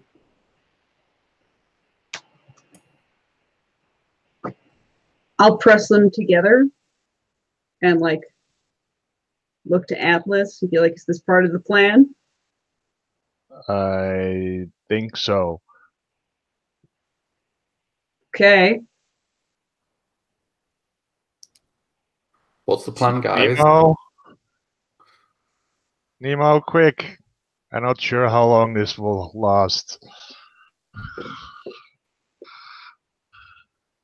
So Nemo, what conditions did you choose?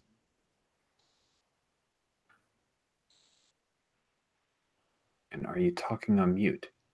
Guilty and insecure, I think, are what fit best. Those do fit really, really well. Yeah. So you just saw Coral Corruption, and you know memory manipulation and the powers of controlling a person's mind well enough to sense what is happening. Is that sword, which you've never seen Atlas carry around, that I don't think. He's doing something to her head, and she seems to be on board with you guys now, although you don't think she's choosing this. But hey, it's a part of your power sword too. So yeah, I what think do you that. do?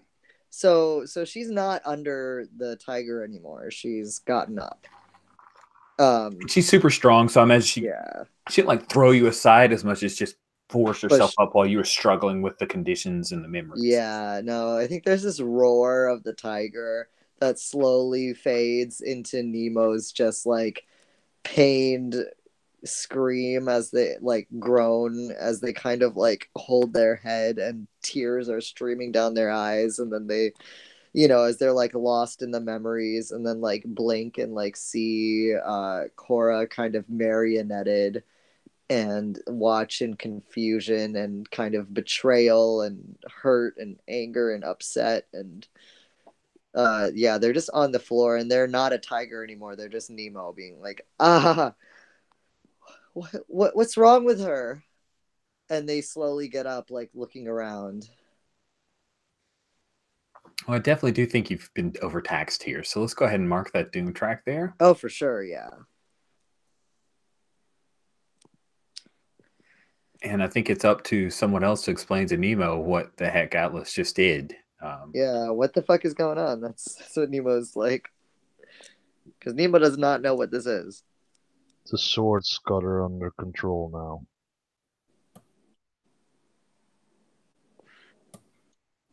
Quick, do something with it.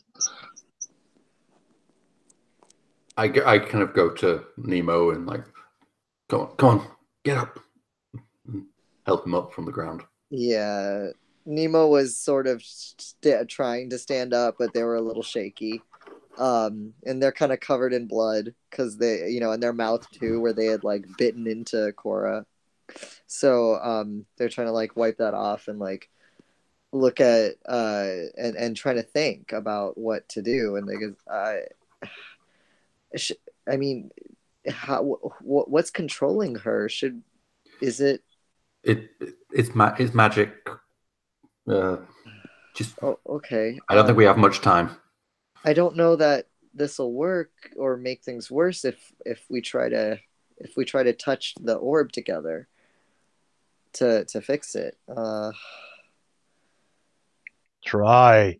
Yeah. All right. So Nemo walks up to Cora and slowly takes her hand in theirs, and then takes the orb and slowly puts her and their hand on the orb together and like tries to heal it, to fix this cracking that's happened and degradation, and like strengthen the power of it.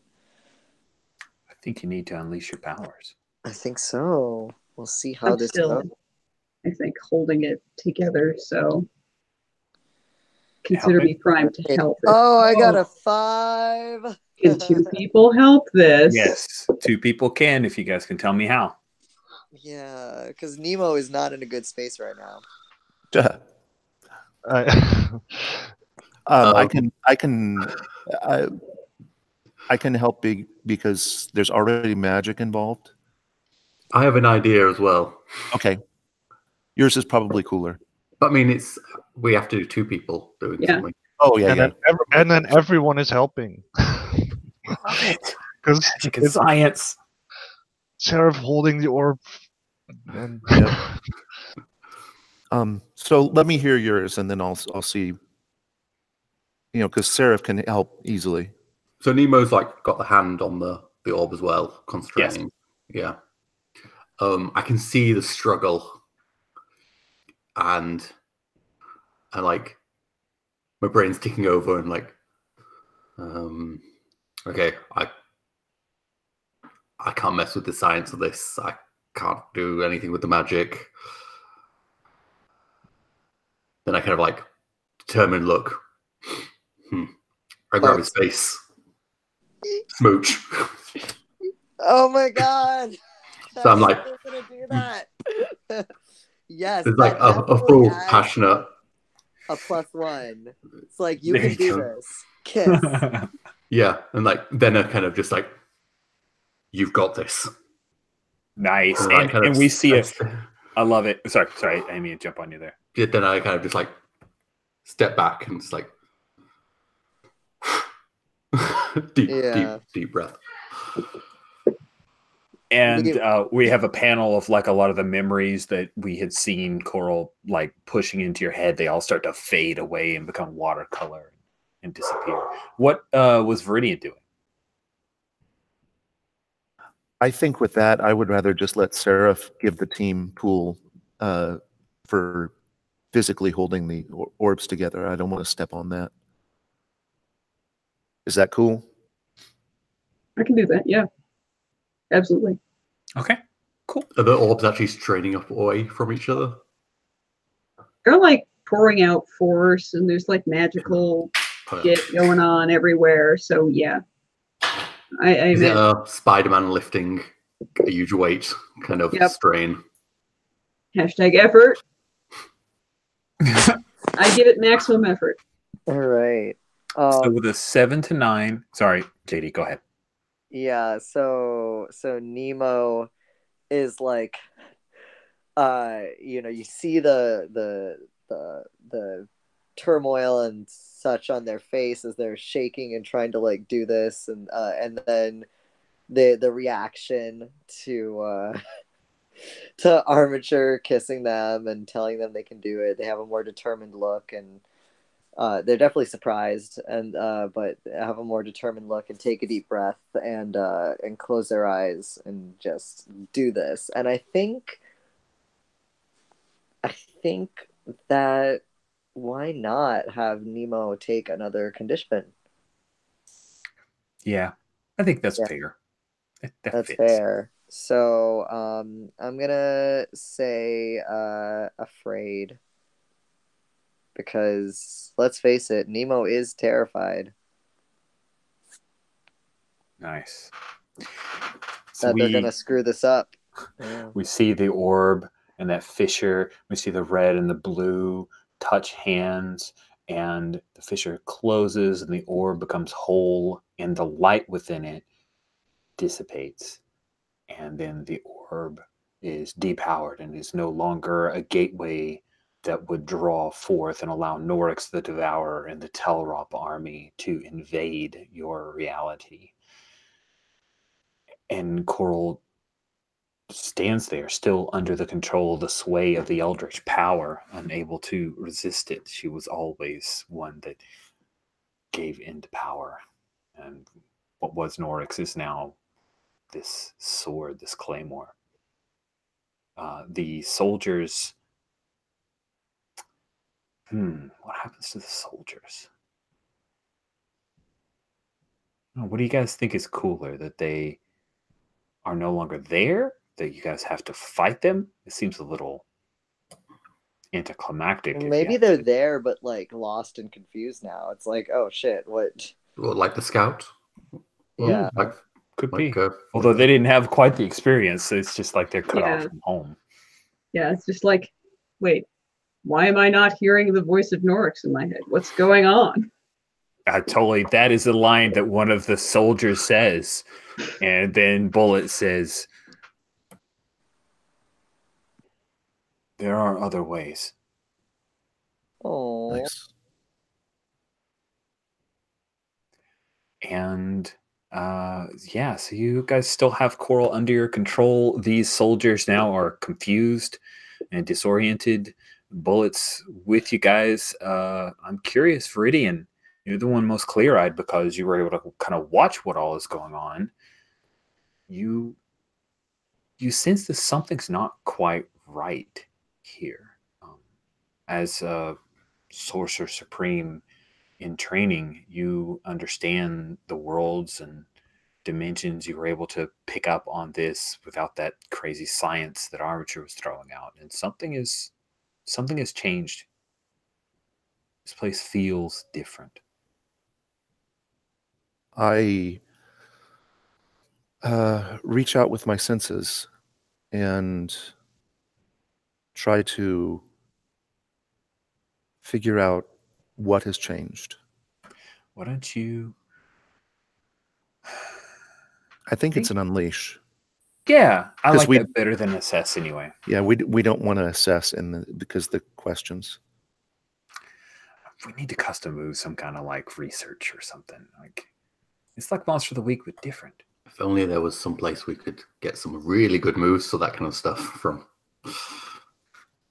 That's a 9. A I would love for someone to help me to make that a 10. Oh, please let it be Armature. I'll pitch in. Yeah, you're more magical. It makes more sense.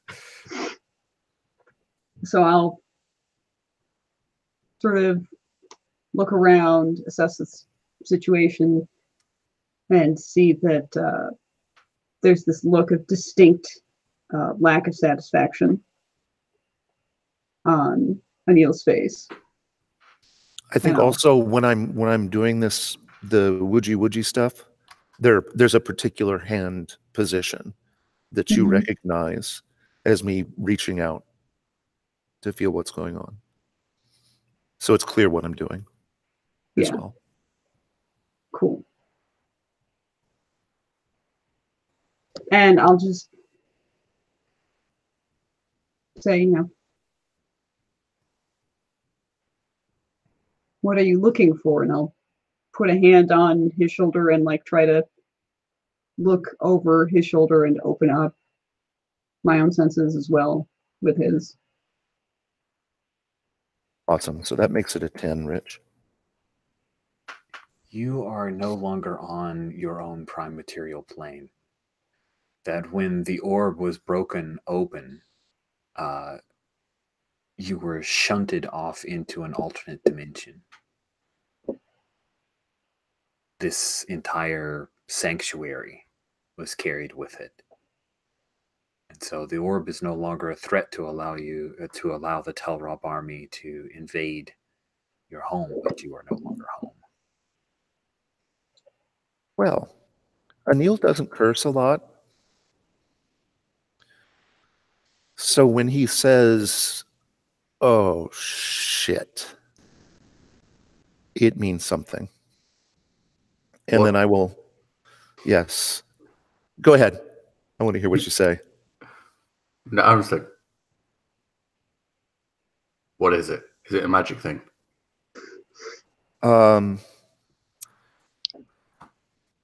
We're not in Kansas anymore. We've shifted into an alternate dimension.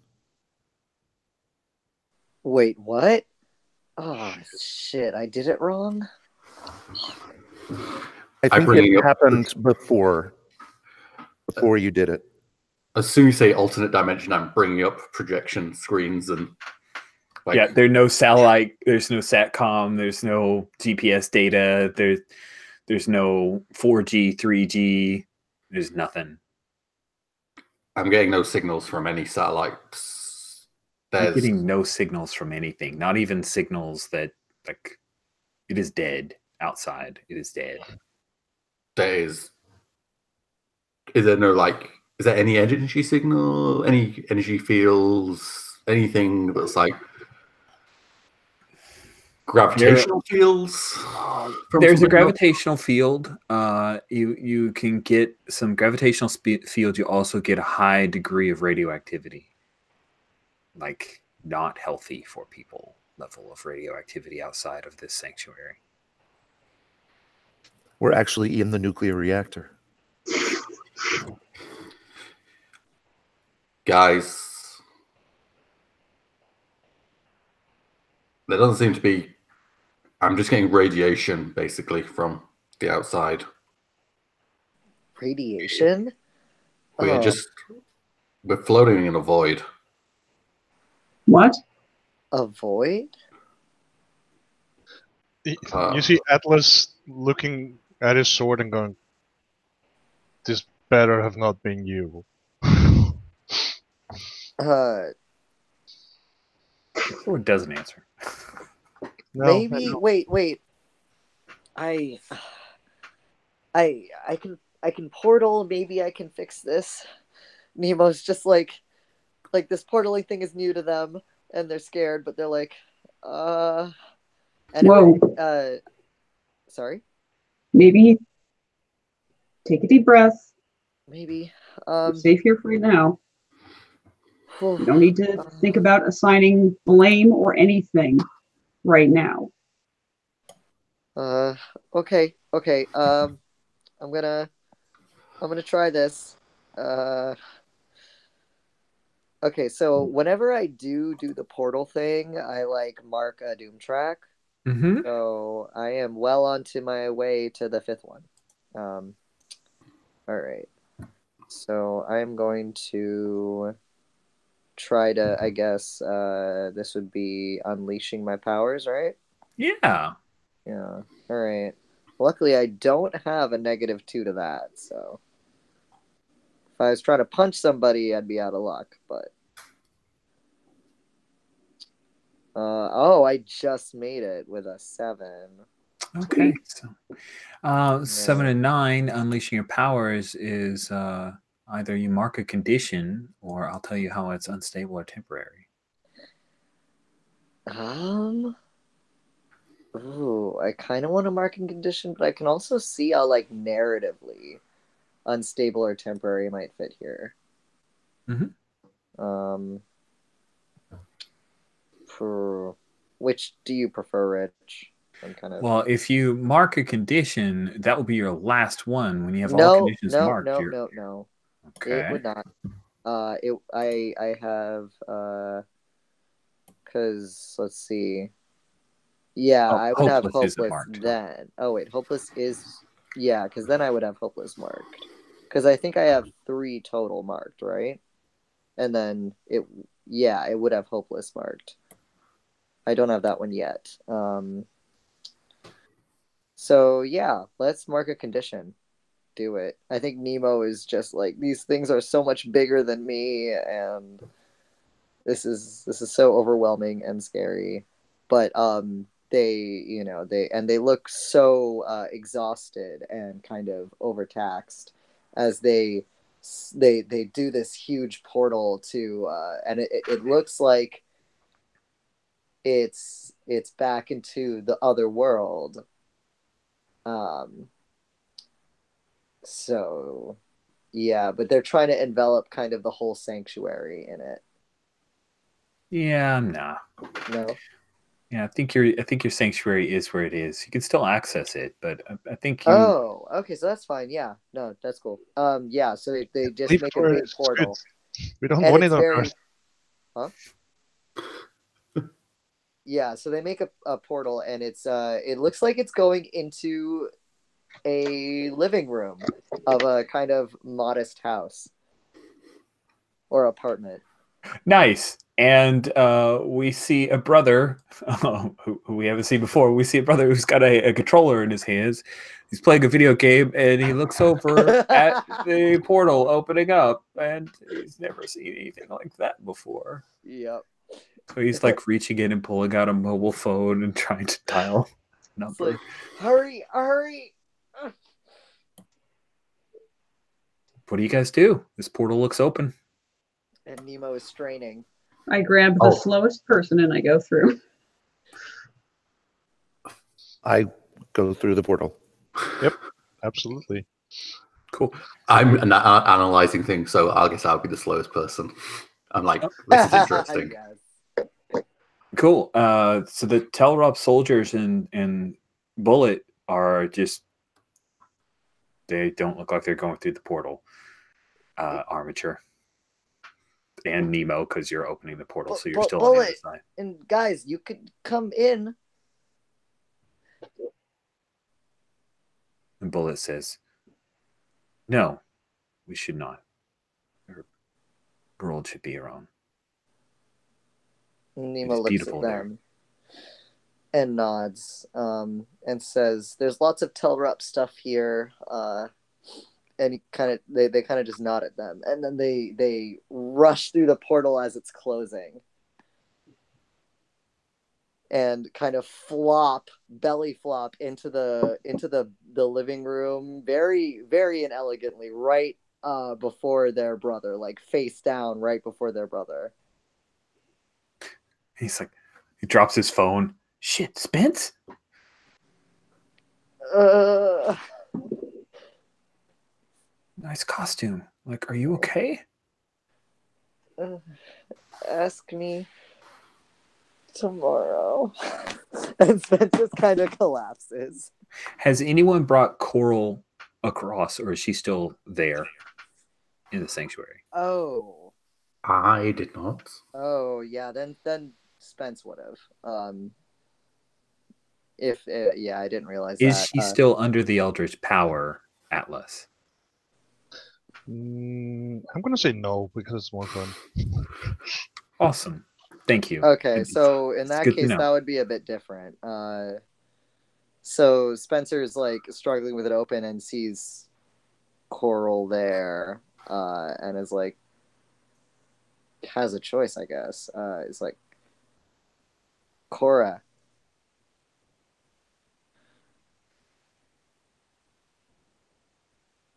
Go, Is Rich? come present? on. I can't hold it for long. Wow.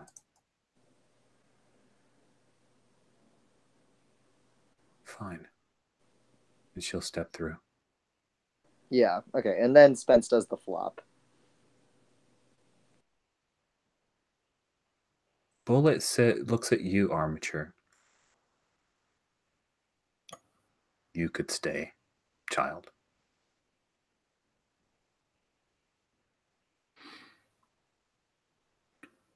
Uh, thanks, but I One gotta of the go. soldiers says, "This one should not stay. This one is a younger version of the one that expelled us.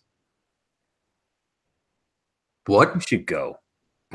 Can the portal just close as I'm like, He like shoves what? you. He shoves you, and you go through the portal, and it Yeah. closes. So yeah, I go through backwards. That's basically Tentacles all aflutter. yeah. So I think this might be a good point to end the issue, unless people had specific scenes that they wanted to roll through here. Do you want a giving Nemo and Cora the room scene? Or... I think. I mean, I don't know. Yeah, if Cora wanted to stick around and talk, but I don't know that she would. Nemo is just kind of like gasping for breath on the floor.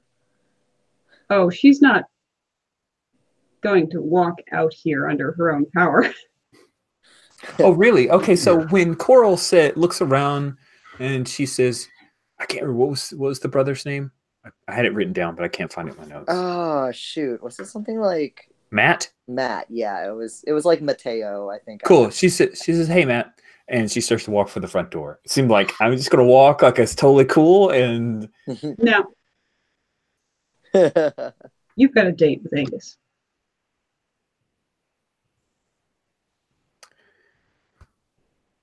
no. Did you say a date with Angus? Angus. Oh, I'm Angus. sorry. I really heard it wrong. You've got a date with Haggis. No. She says, that's not gonna happen. I can walk out of here and we don't have to fight because this is Spence's home. That's their brother. Hear their mom in the kitchen. So maybe I just walk out of here and we just peace. You've already taken almost everything from me. Don't lock me up too.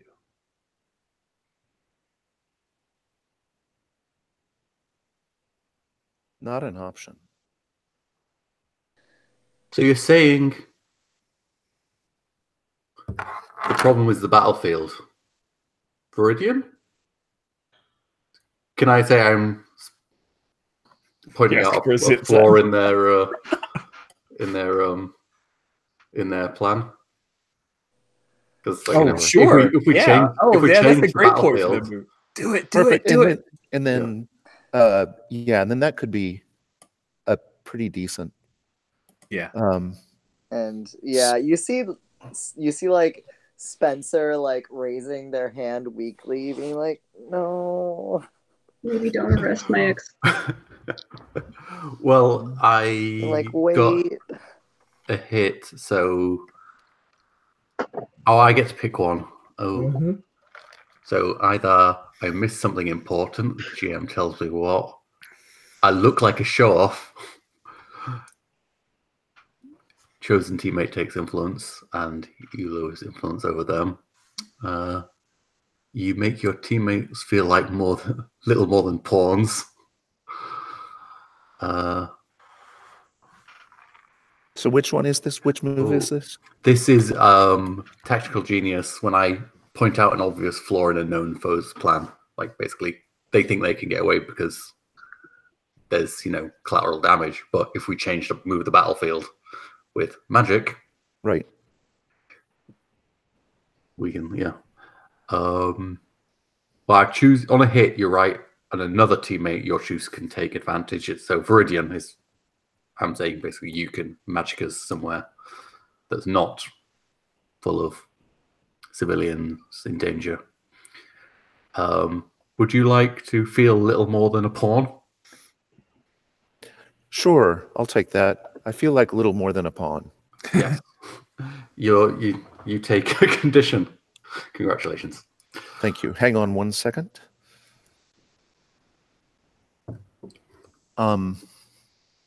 So angry makes sense in this context, especially because your last plan was, hey, Seraph, phase inside a nuclear reactor. When you say it like that, it's... Isn't that exactly the way you said it? Pretty much. But then, because it's on my mind, I'm going to take us all, excluding the civilians, of course, back to the spot where we fought the Telrop scouts. Oh, cool. Okay. Away from civilians, except for the scattered occasional ranger visit. And we cut back, and the ranger like pulls up to past the guard, and waves himself through. And... Surveys the destruction and is like, huh. Yeah, he's doing that thing of like, forest fire. oh man, a lot of work here. What happened here? Calling it We Coach just all Rick. show up. Well, thank God it's over. Show up again. And Nemo is still flopped, groaning on the floor. Like, they don't look like they're getting up all that soon, just because they look pretty beaten up and exhausted. Well, I don't think it's a foregone conclusion. You zip zap away, though. I think we normally have you unleash your powers for that, don't we? Oh, yeah. Yeah, especially with multiple people, so I will do that. All right. True, And that will true. probably be the last roll of our game session. Oh, there we go. All right. Is it unstable or temporary, or do you mark a condition? I mark a condition. Oh, man, because I had good ideas on that. But yes, you should mark a condition. That way. No, if you have... I'd No, my rather have idea you was do going to that. be a dick move of like somebody doesn't come through the portal. And I think it's better if you guys all do this for the last session anyway, because we've done a whole lot of teleportation goes wrong, Orange Julius jokes. So let's let you mark the condition. Well, I was just treated like a pawn, so I'm going to take insecure as well as angry. Perfect. And yeah, that's what we see. We see the couple panels of the Pork Ranger coming back and seeing all the destruction and the like, and then he heads over to his truck and he climbs down in and he picks out like there's like a hula hoop girl on the dashboard. He's like, "Oh man, whew, she's okay." And then you guys all show up with Coral Corruption, being surrounded by the entire team, and then we see the end. That's it. That is the end of this, the 4th of 5 issues in the miniseries of Doom and Halcyon City. And yeah, I think the last page is more of a stinger. When I turn the page, and we see Nemo's mom come around, and she's got like a big bowl, and there's like a spatula in it. She's mixing, and she just, "Matt, did I hear Spence?" And then the cool. So let's do our end of session stuff, my friends. So end of session, at the end of every session, you choose one. Let's start with Nemo. Nemo, did you grow closer to the team, grow into your own image of yourself, or grow away from it? I feel like I grew closer to the team. I'm gonna give it to Armature with the smooching.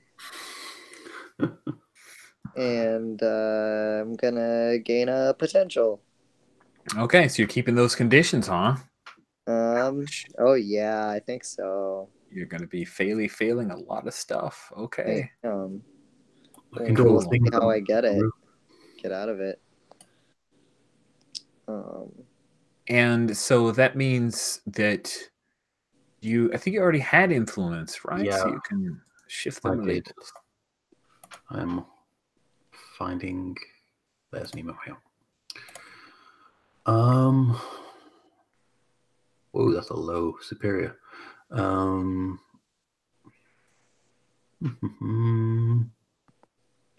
gonna put Savior up 1. Okay. Savior up 1, sure. Yeah, and Freak down. Freak down. Oh, okay. Not so much of a freak, but still dangerous. All right. Game face is on. Game face. Yeah. All right, let's shift over then to Armature. Yeah.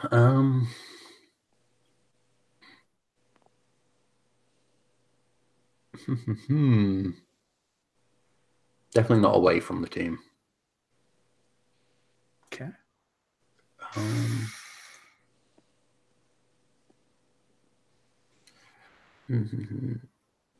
I think into my own self-image, I was doing a lot of there's a problem, there's a flaw. Didn't always go correctly, but yeah. I'm going to go with that. And I will...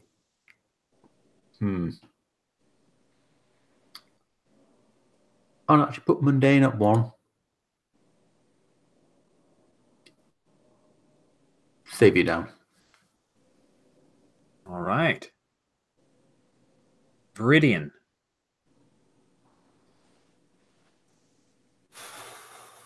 Not away from the team. Okay. I think it has to be self-image as well.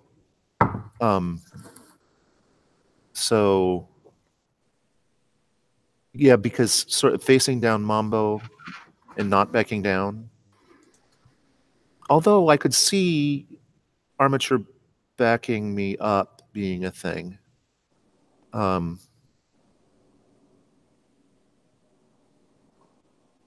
You know what? I'm gonna go with closer to the team, and it's Armature for 2 reasons.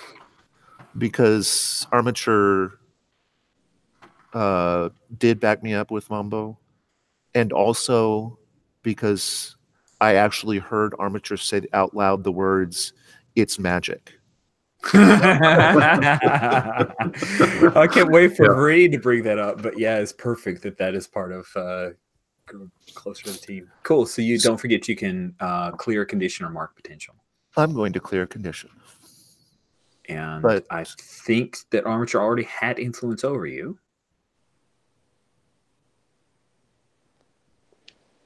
So you'll be shifting those labels.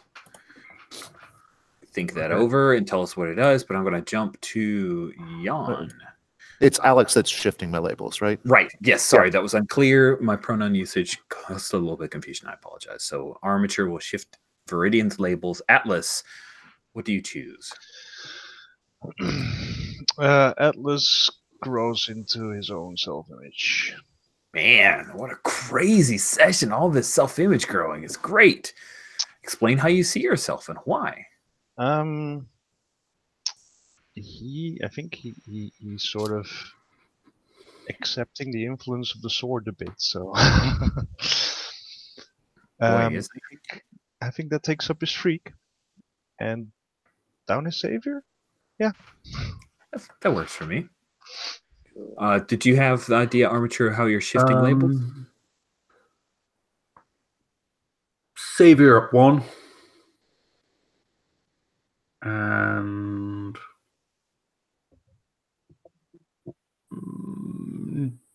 danger down. Nice. And Seraph, what do you choose? I think I'm going to go ahead and grow closer to the team. I think it was very cool that Atlas showed up panting and puffing with Onion and Kim, and that he made me feel welcome in the team. Nice. Think you already had influence, right? Yup. So shift them labels. yes. Let's get the sheet. No, mark potential. Okay. What should I do? Savior up.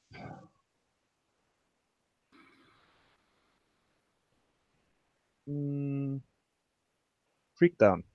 Okay. All right, that will close out the I official. do have some more. Oh, right, things. you do. Actually, I have multiple things.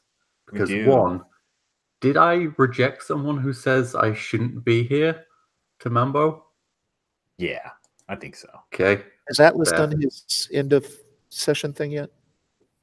Because you started with JD. I think Atlas grew into his own image of Oh, himself. that's- It's okay. I'd rather us ask Sorry, and double check. I'd rather us double check than not. I don't want anybody to be missed. So no Yeah, problem. I have a thing at the end of session. Yes, you do. You have your doomed thing. Yeah. Yeah. So let's do Armature's bits, and then we'll do your bits. Thank you for that reminder. Sorry, I interrupted, Alex. No problem. Yeah, so I've marked a potential. So I got a potential from a fail, and what 2 of my 3 drives I cleared because I made out, punched, and rejected some different people. And yeah, did I take steps to make amends for my shame? I think that's fairly clear that I didn't. Nope. So Yeah, I you give even him. let them escape. Yes. I was feeling all mellow from the lights. So I give influence to one of my teammates. Anyone not have influence? I think everyone does. Mm-hmm. Then Nemo, you get double influence, so you can mess with my labels. Right. Let me look here. I am going to put down your superior and up your savior. Okay, cool. Thank you. Yeah. And I would say I definitely made progress on defeating my nemesis. I would agree with that. Yeah, we stopped the immediate kind of invasion. So, and with that, the one before that, I got another advance, I think. So Cool. I am gonna take I am not my body from the transformed. I think somebody has that. Oh, in Sarah, that I do. case, Yeah. I will do something else. You got a week. Flick Yeah. through and Flip through. All right. yep. Awesome. And don't forget, you could always unlock a moment of truth. Yeah, I did that for. Oh, you already have? Yeah, I didn't mention it, but that was one that I did for. Beauty. Sorry. Alrighty. Any other mechanics or end of session stuffs? Nope. Nothing. We will proceed. Feedback, my friends. This is the part where you talk about the roses and the thorns and all the thoughtses. Mm. Who'd like to go first with thorns?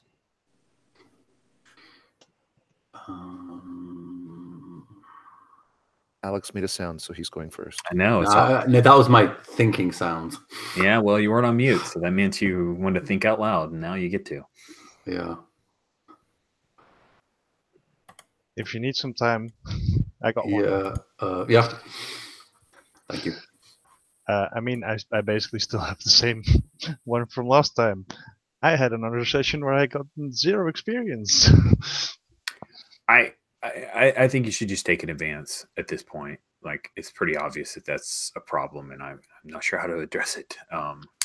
It might be me and spotlight management and calling for roles. I'm not sure. I need to think about that. But Well, I mean, I rolled 4 times, but no failures, and then Luke, one of our viewers, had a suggestion of a custom rule that they do, or house rule they do, where if you fail at a roll, even if somebody team pools you up to not be a fail, you get an XP for it.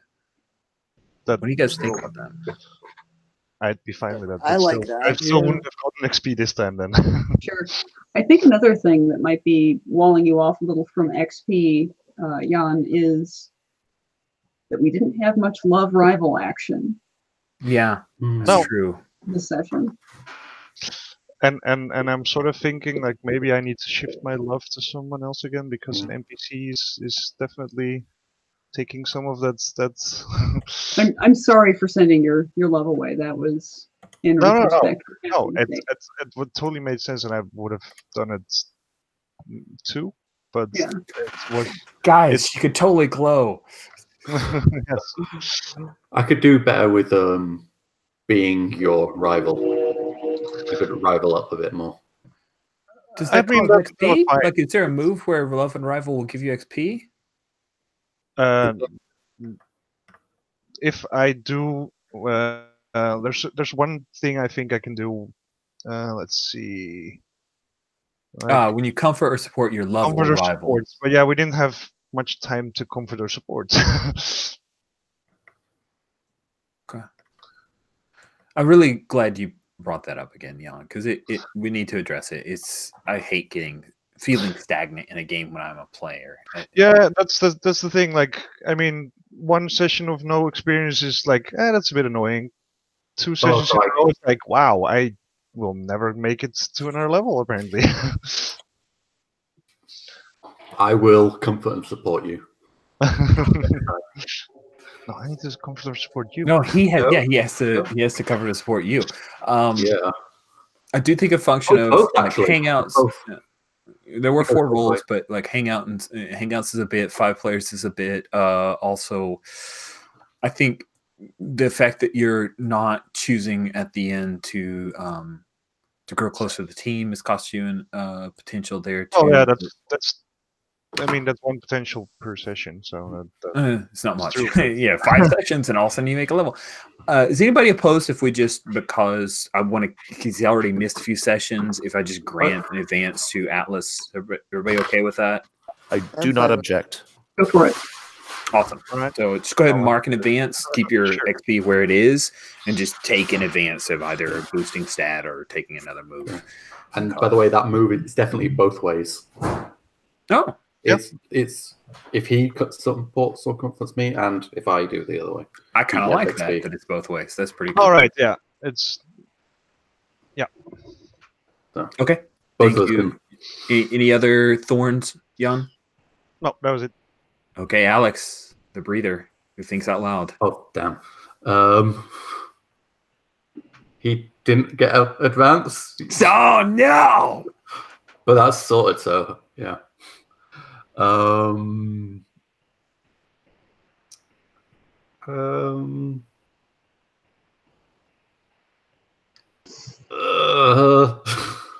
I don't know. I can't think If of any. someone mentions a thing and you're like, "Yep, dude, ditto," I experienced Yeah, I'll that just as well. when people talk, I'll just go, You can yeah. jump in. Just if someone talks, you could just interrupt them, like I do talk over them and say sometimes. what they're about to say.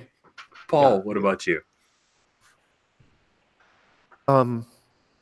This is a very general one that probably doesn't need to be thought about until January. But we're not really engaging with much of the Halcyon City Herald Chronicles stuff. That's absolutely fair. Um, I'm not doing a great job of incorporating those things into our fiction. Yeah. So my thorn is we should either not say that we're doing that or we should do that. And this is not a thorn, but a reminder that beginning of session next time, briefly, might be an ideal time to roll the time passes move for me. Yeah. It should. I'm adding that to my Trello for session 10. Yep. Thank you for that. Yeah, I can ride on Paul's first thorn coattails. Yeah, maybe have more different problems at the same time. Kind of having, I mean, that can be a negative as well, but the kind of having our focus divided, like maybe either the shame thing gets a bit more to the forefront of being a thing I need to sort, or wherever Alice's mystery powers came from thing. Or, I don't know. Yeah, you're right. I've got several dangling plot threads that we haven't touched in a little bit. But yeah, being poked by them a bit could be good. But I didn't think about that until I had to think of something. Damn you. Forcing me. All right. JD, what thorns did you have from today's session? I'm trying to think. I really don't think I had anything in particular that was bothering me specifically, but as far as things that could maybe be improved upon, yeah, no, I definitely want to agree that there should be some escalation of other things that are kind of pressing for our attention at the same time as the doom is threatening overhead. And yeah, I'm going to contradict everyone and be like, that sounds like a red hot mess. But we do only have one more session with Nemo, and the doom so stuff in play. it could be difficult time-wise to get that all in, but I think starting that could be fine, and then you guys just continue it later. You know, like, doesn't have to be Fair. everything in there, just some of it. And sometimes it could just be flavor for us to be, we have to ignore that now. Yeah, exactly. I'm agonizing. You have to ignore that now. It's going to pop up later, but in the ass, it's fun to deal with. Yeah, and oh shit, there's going to be consequences for ignoring that. Oh well. Yeah, exactly. Okay, I'll gently suggest that Mambo coming in was a bit of that, but Yeah, but I think I could do more. Yeah. For me personally, I would not want Nemo to die or exit the series without having at least one scene at home, dealing with the fact that their family kind of now has been introduced to what they've been hiding, and maybe saying goodbye if they know they're gonna die. I don't know if they're gonna know that. I think they do know that. Well, I mean, so far it hasn't happened. We escaped. We held it off. Yeah, that's true. There's a good reason for a moment of strong denial.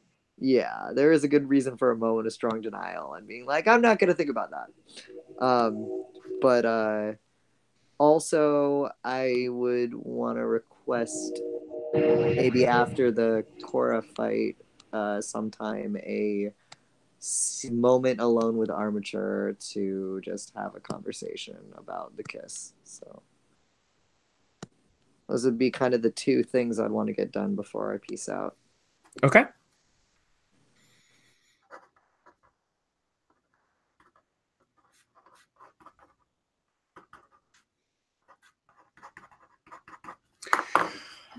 Jen left you last, so you must have all the thorns stored up. From everyone else. Goodness.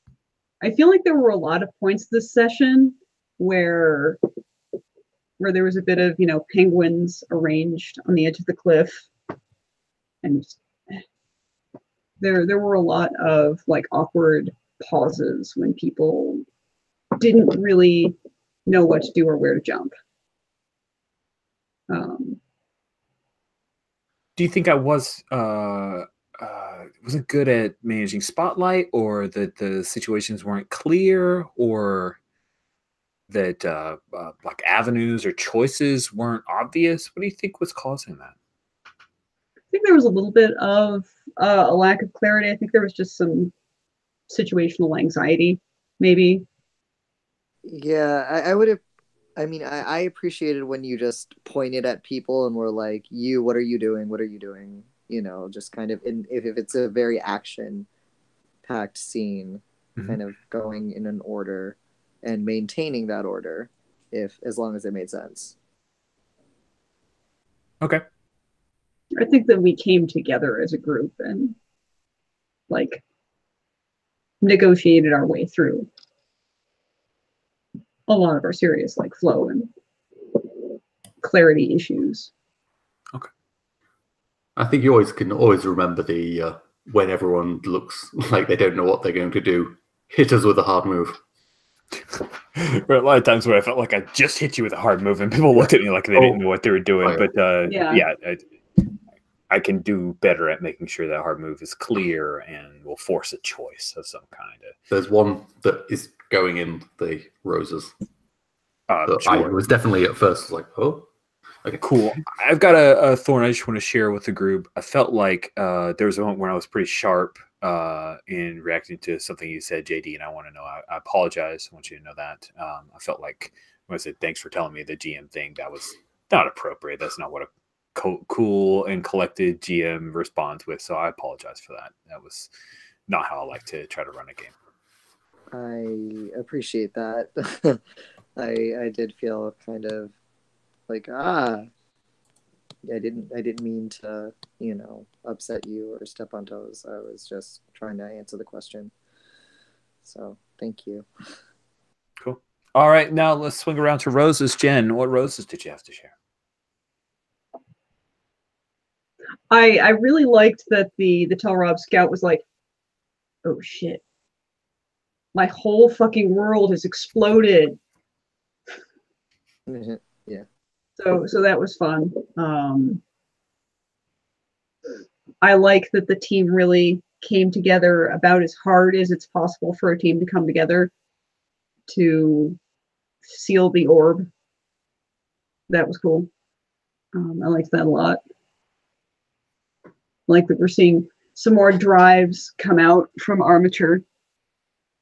I loved when she punched Mambo. I was surprised. I was like, oh, she punched Mambo, did she? Yeah. That was fun. Oh my goodness. That was fun. Mambo man. So that's fun. Gosh, what else did I really like this session? I love Anil like planting his feet and sticking up for himself real hard. That's been very pleasing. I love doing that. Yeah.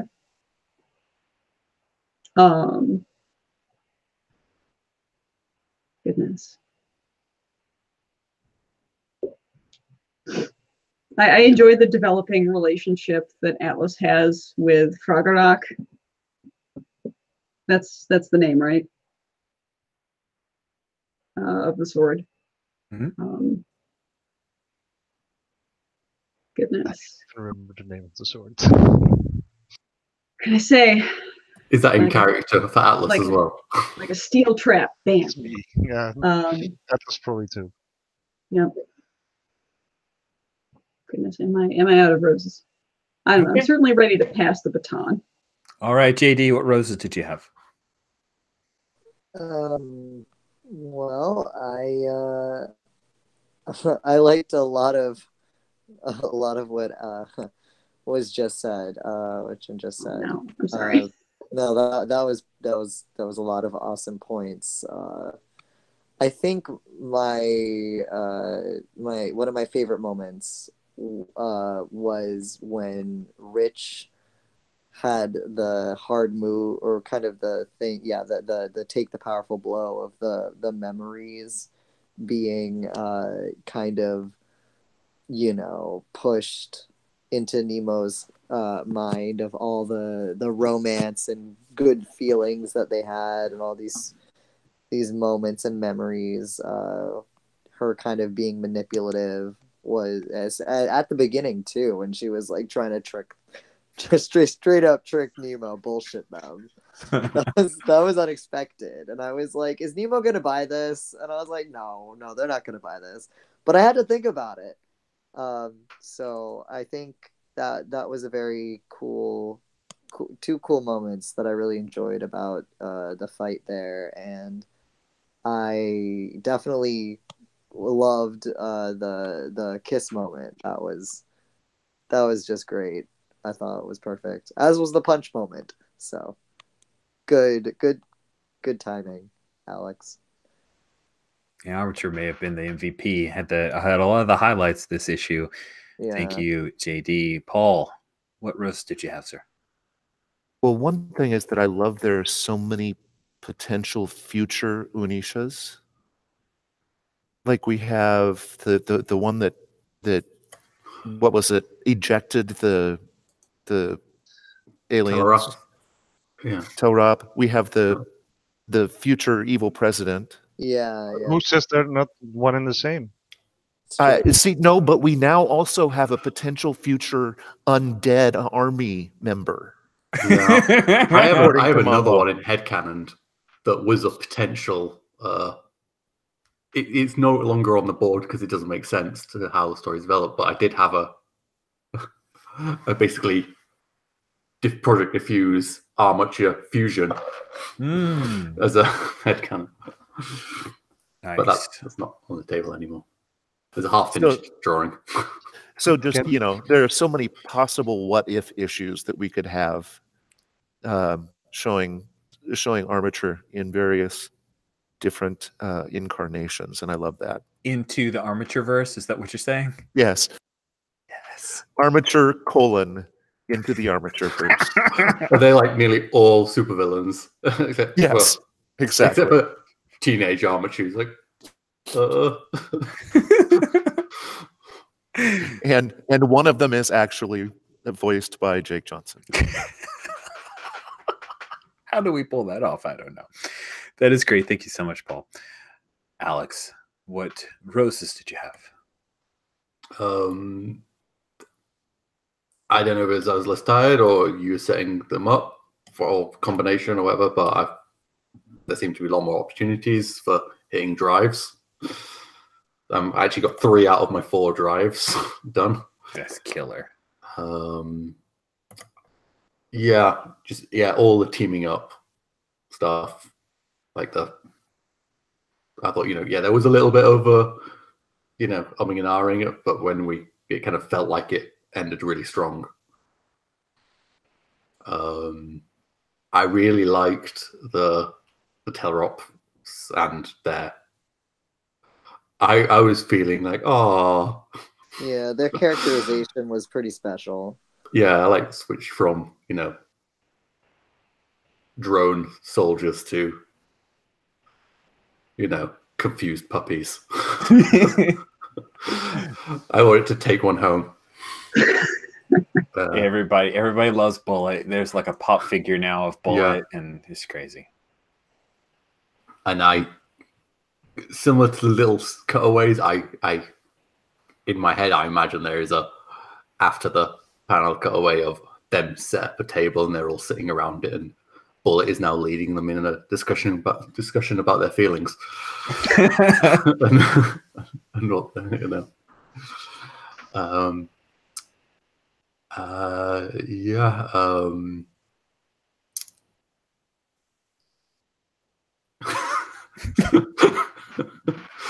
right.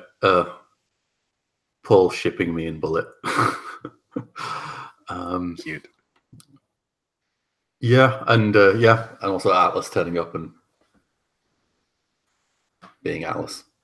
Yeah, it was good. So good to have Atlas back in. Ooh. I have one more rose. Oh. I loved all of the descriptions of things that were happening in our comic book, like hitting the staple and panel in the corner. That was great. Yeah, that's Rove's for all sessions. Yeah. I think I love that stuff. I'm glad it worked for you guys. I've stolen so much of that mentality from Brandon Leon Gambetta, and the excellent podcast Protean City. Definitely worth giving a listen. Oh, that reminds me, the trooper, that guy that was really funny. Good. Oh yeah, the park ranger guy. Yeah. Who has to have a name? You were so right. Like, he has to have a name now. Yeah, he does. Cool. Or is it a woman? But Stanley no, it's cameo. a guy. Jan, what roses did you have? I really liked the fights with Squirrel. It was everyone worked together really nicely, and it was snappy, and I was initially a bit afraid, like, oh dear, we're going to have a really long ass fight on our hands with all the henchmen that we have to fight, but we kept it succinct, and everyone was doing stuff. And I really like the scene between Mambo and Viridian and Armature.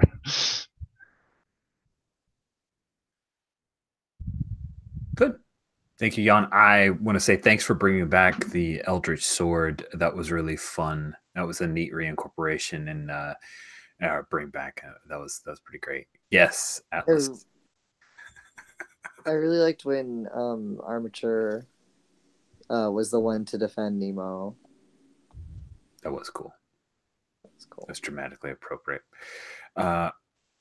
Good session next to last for happy holidays, you guys. Next time we meet in a week, it will be after Christmas. If that's the thing you observe, Merry Christmas. If not, hope you enjoy the next week and have some time off to spend with friends and family. And we will see you guys in 7 days as we bring Doom in Halcyon City to a close. Whoop. Yeah. Happy holidays. See you guys. Happy holidays.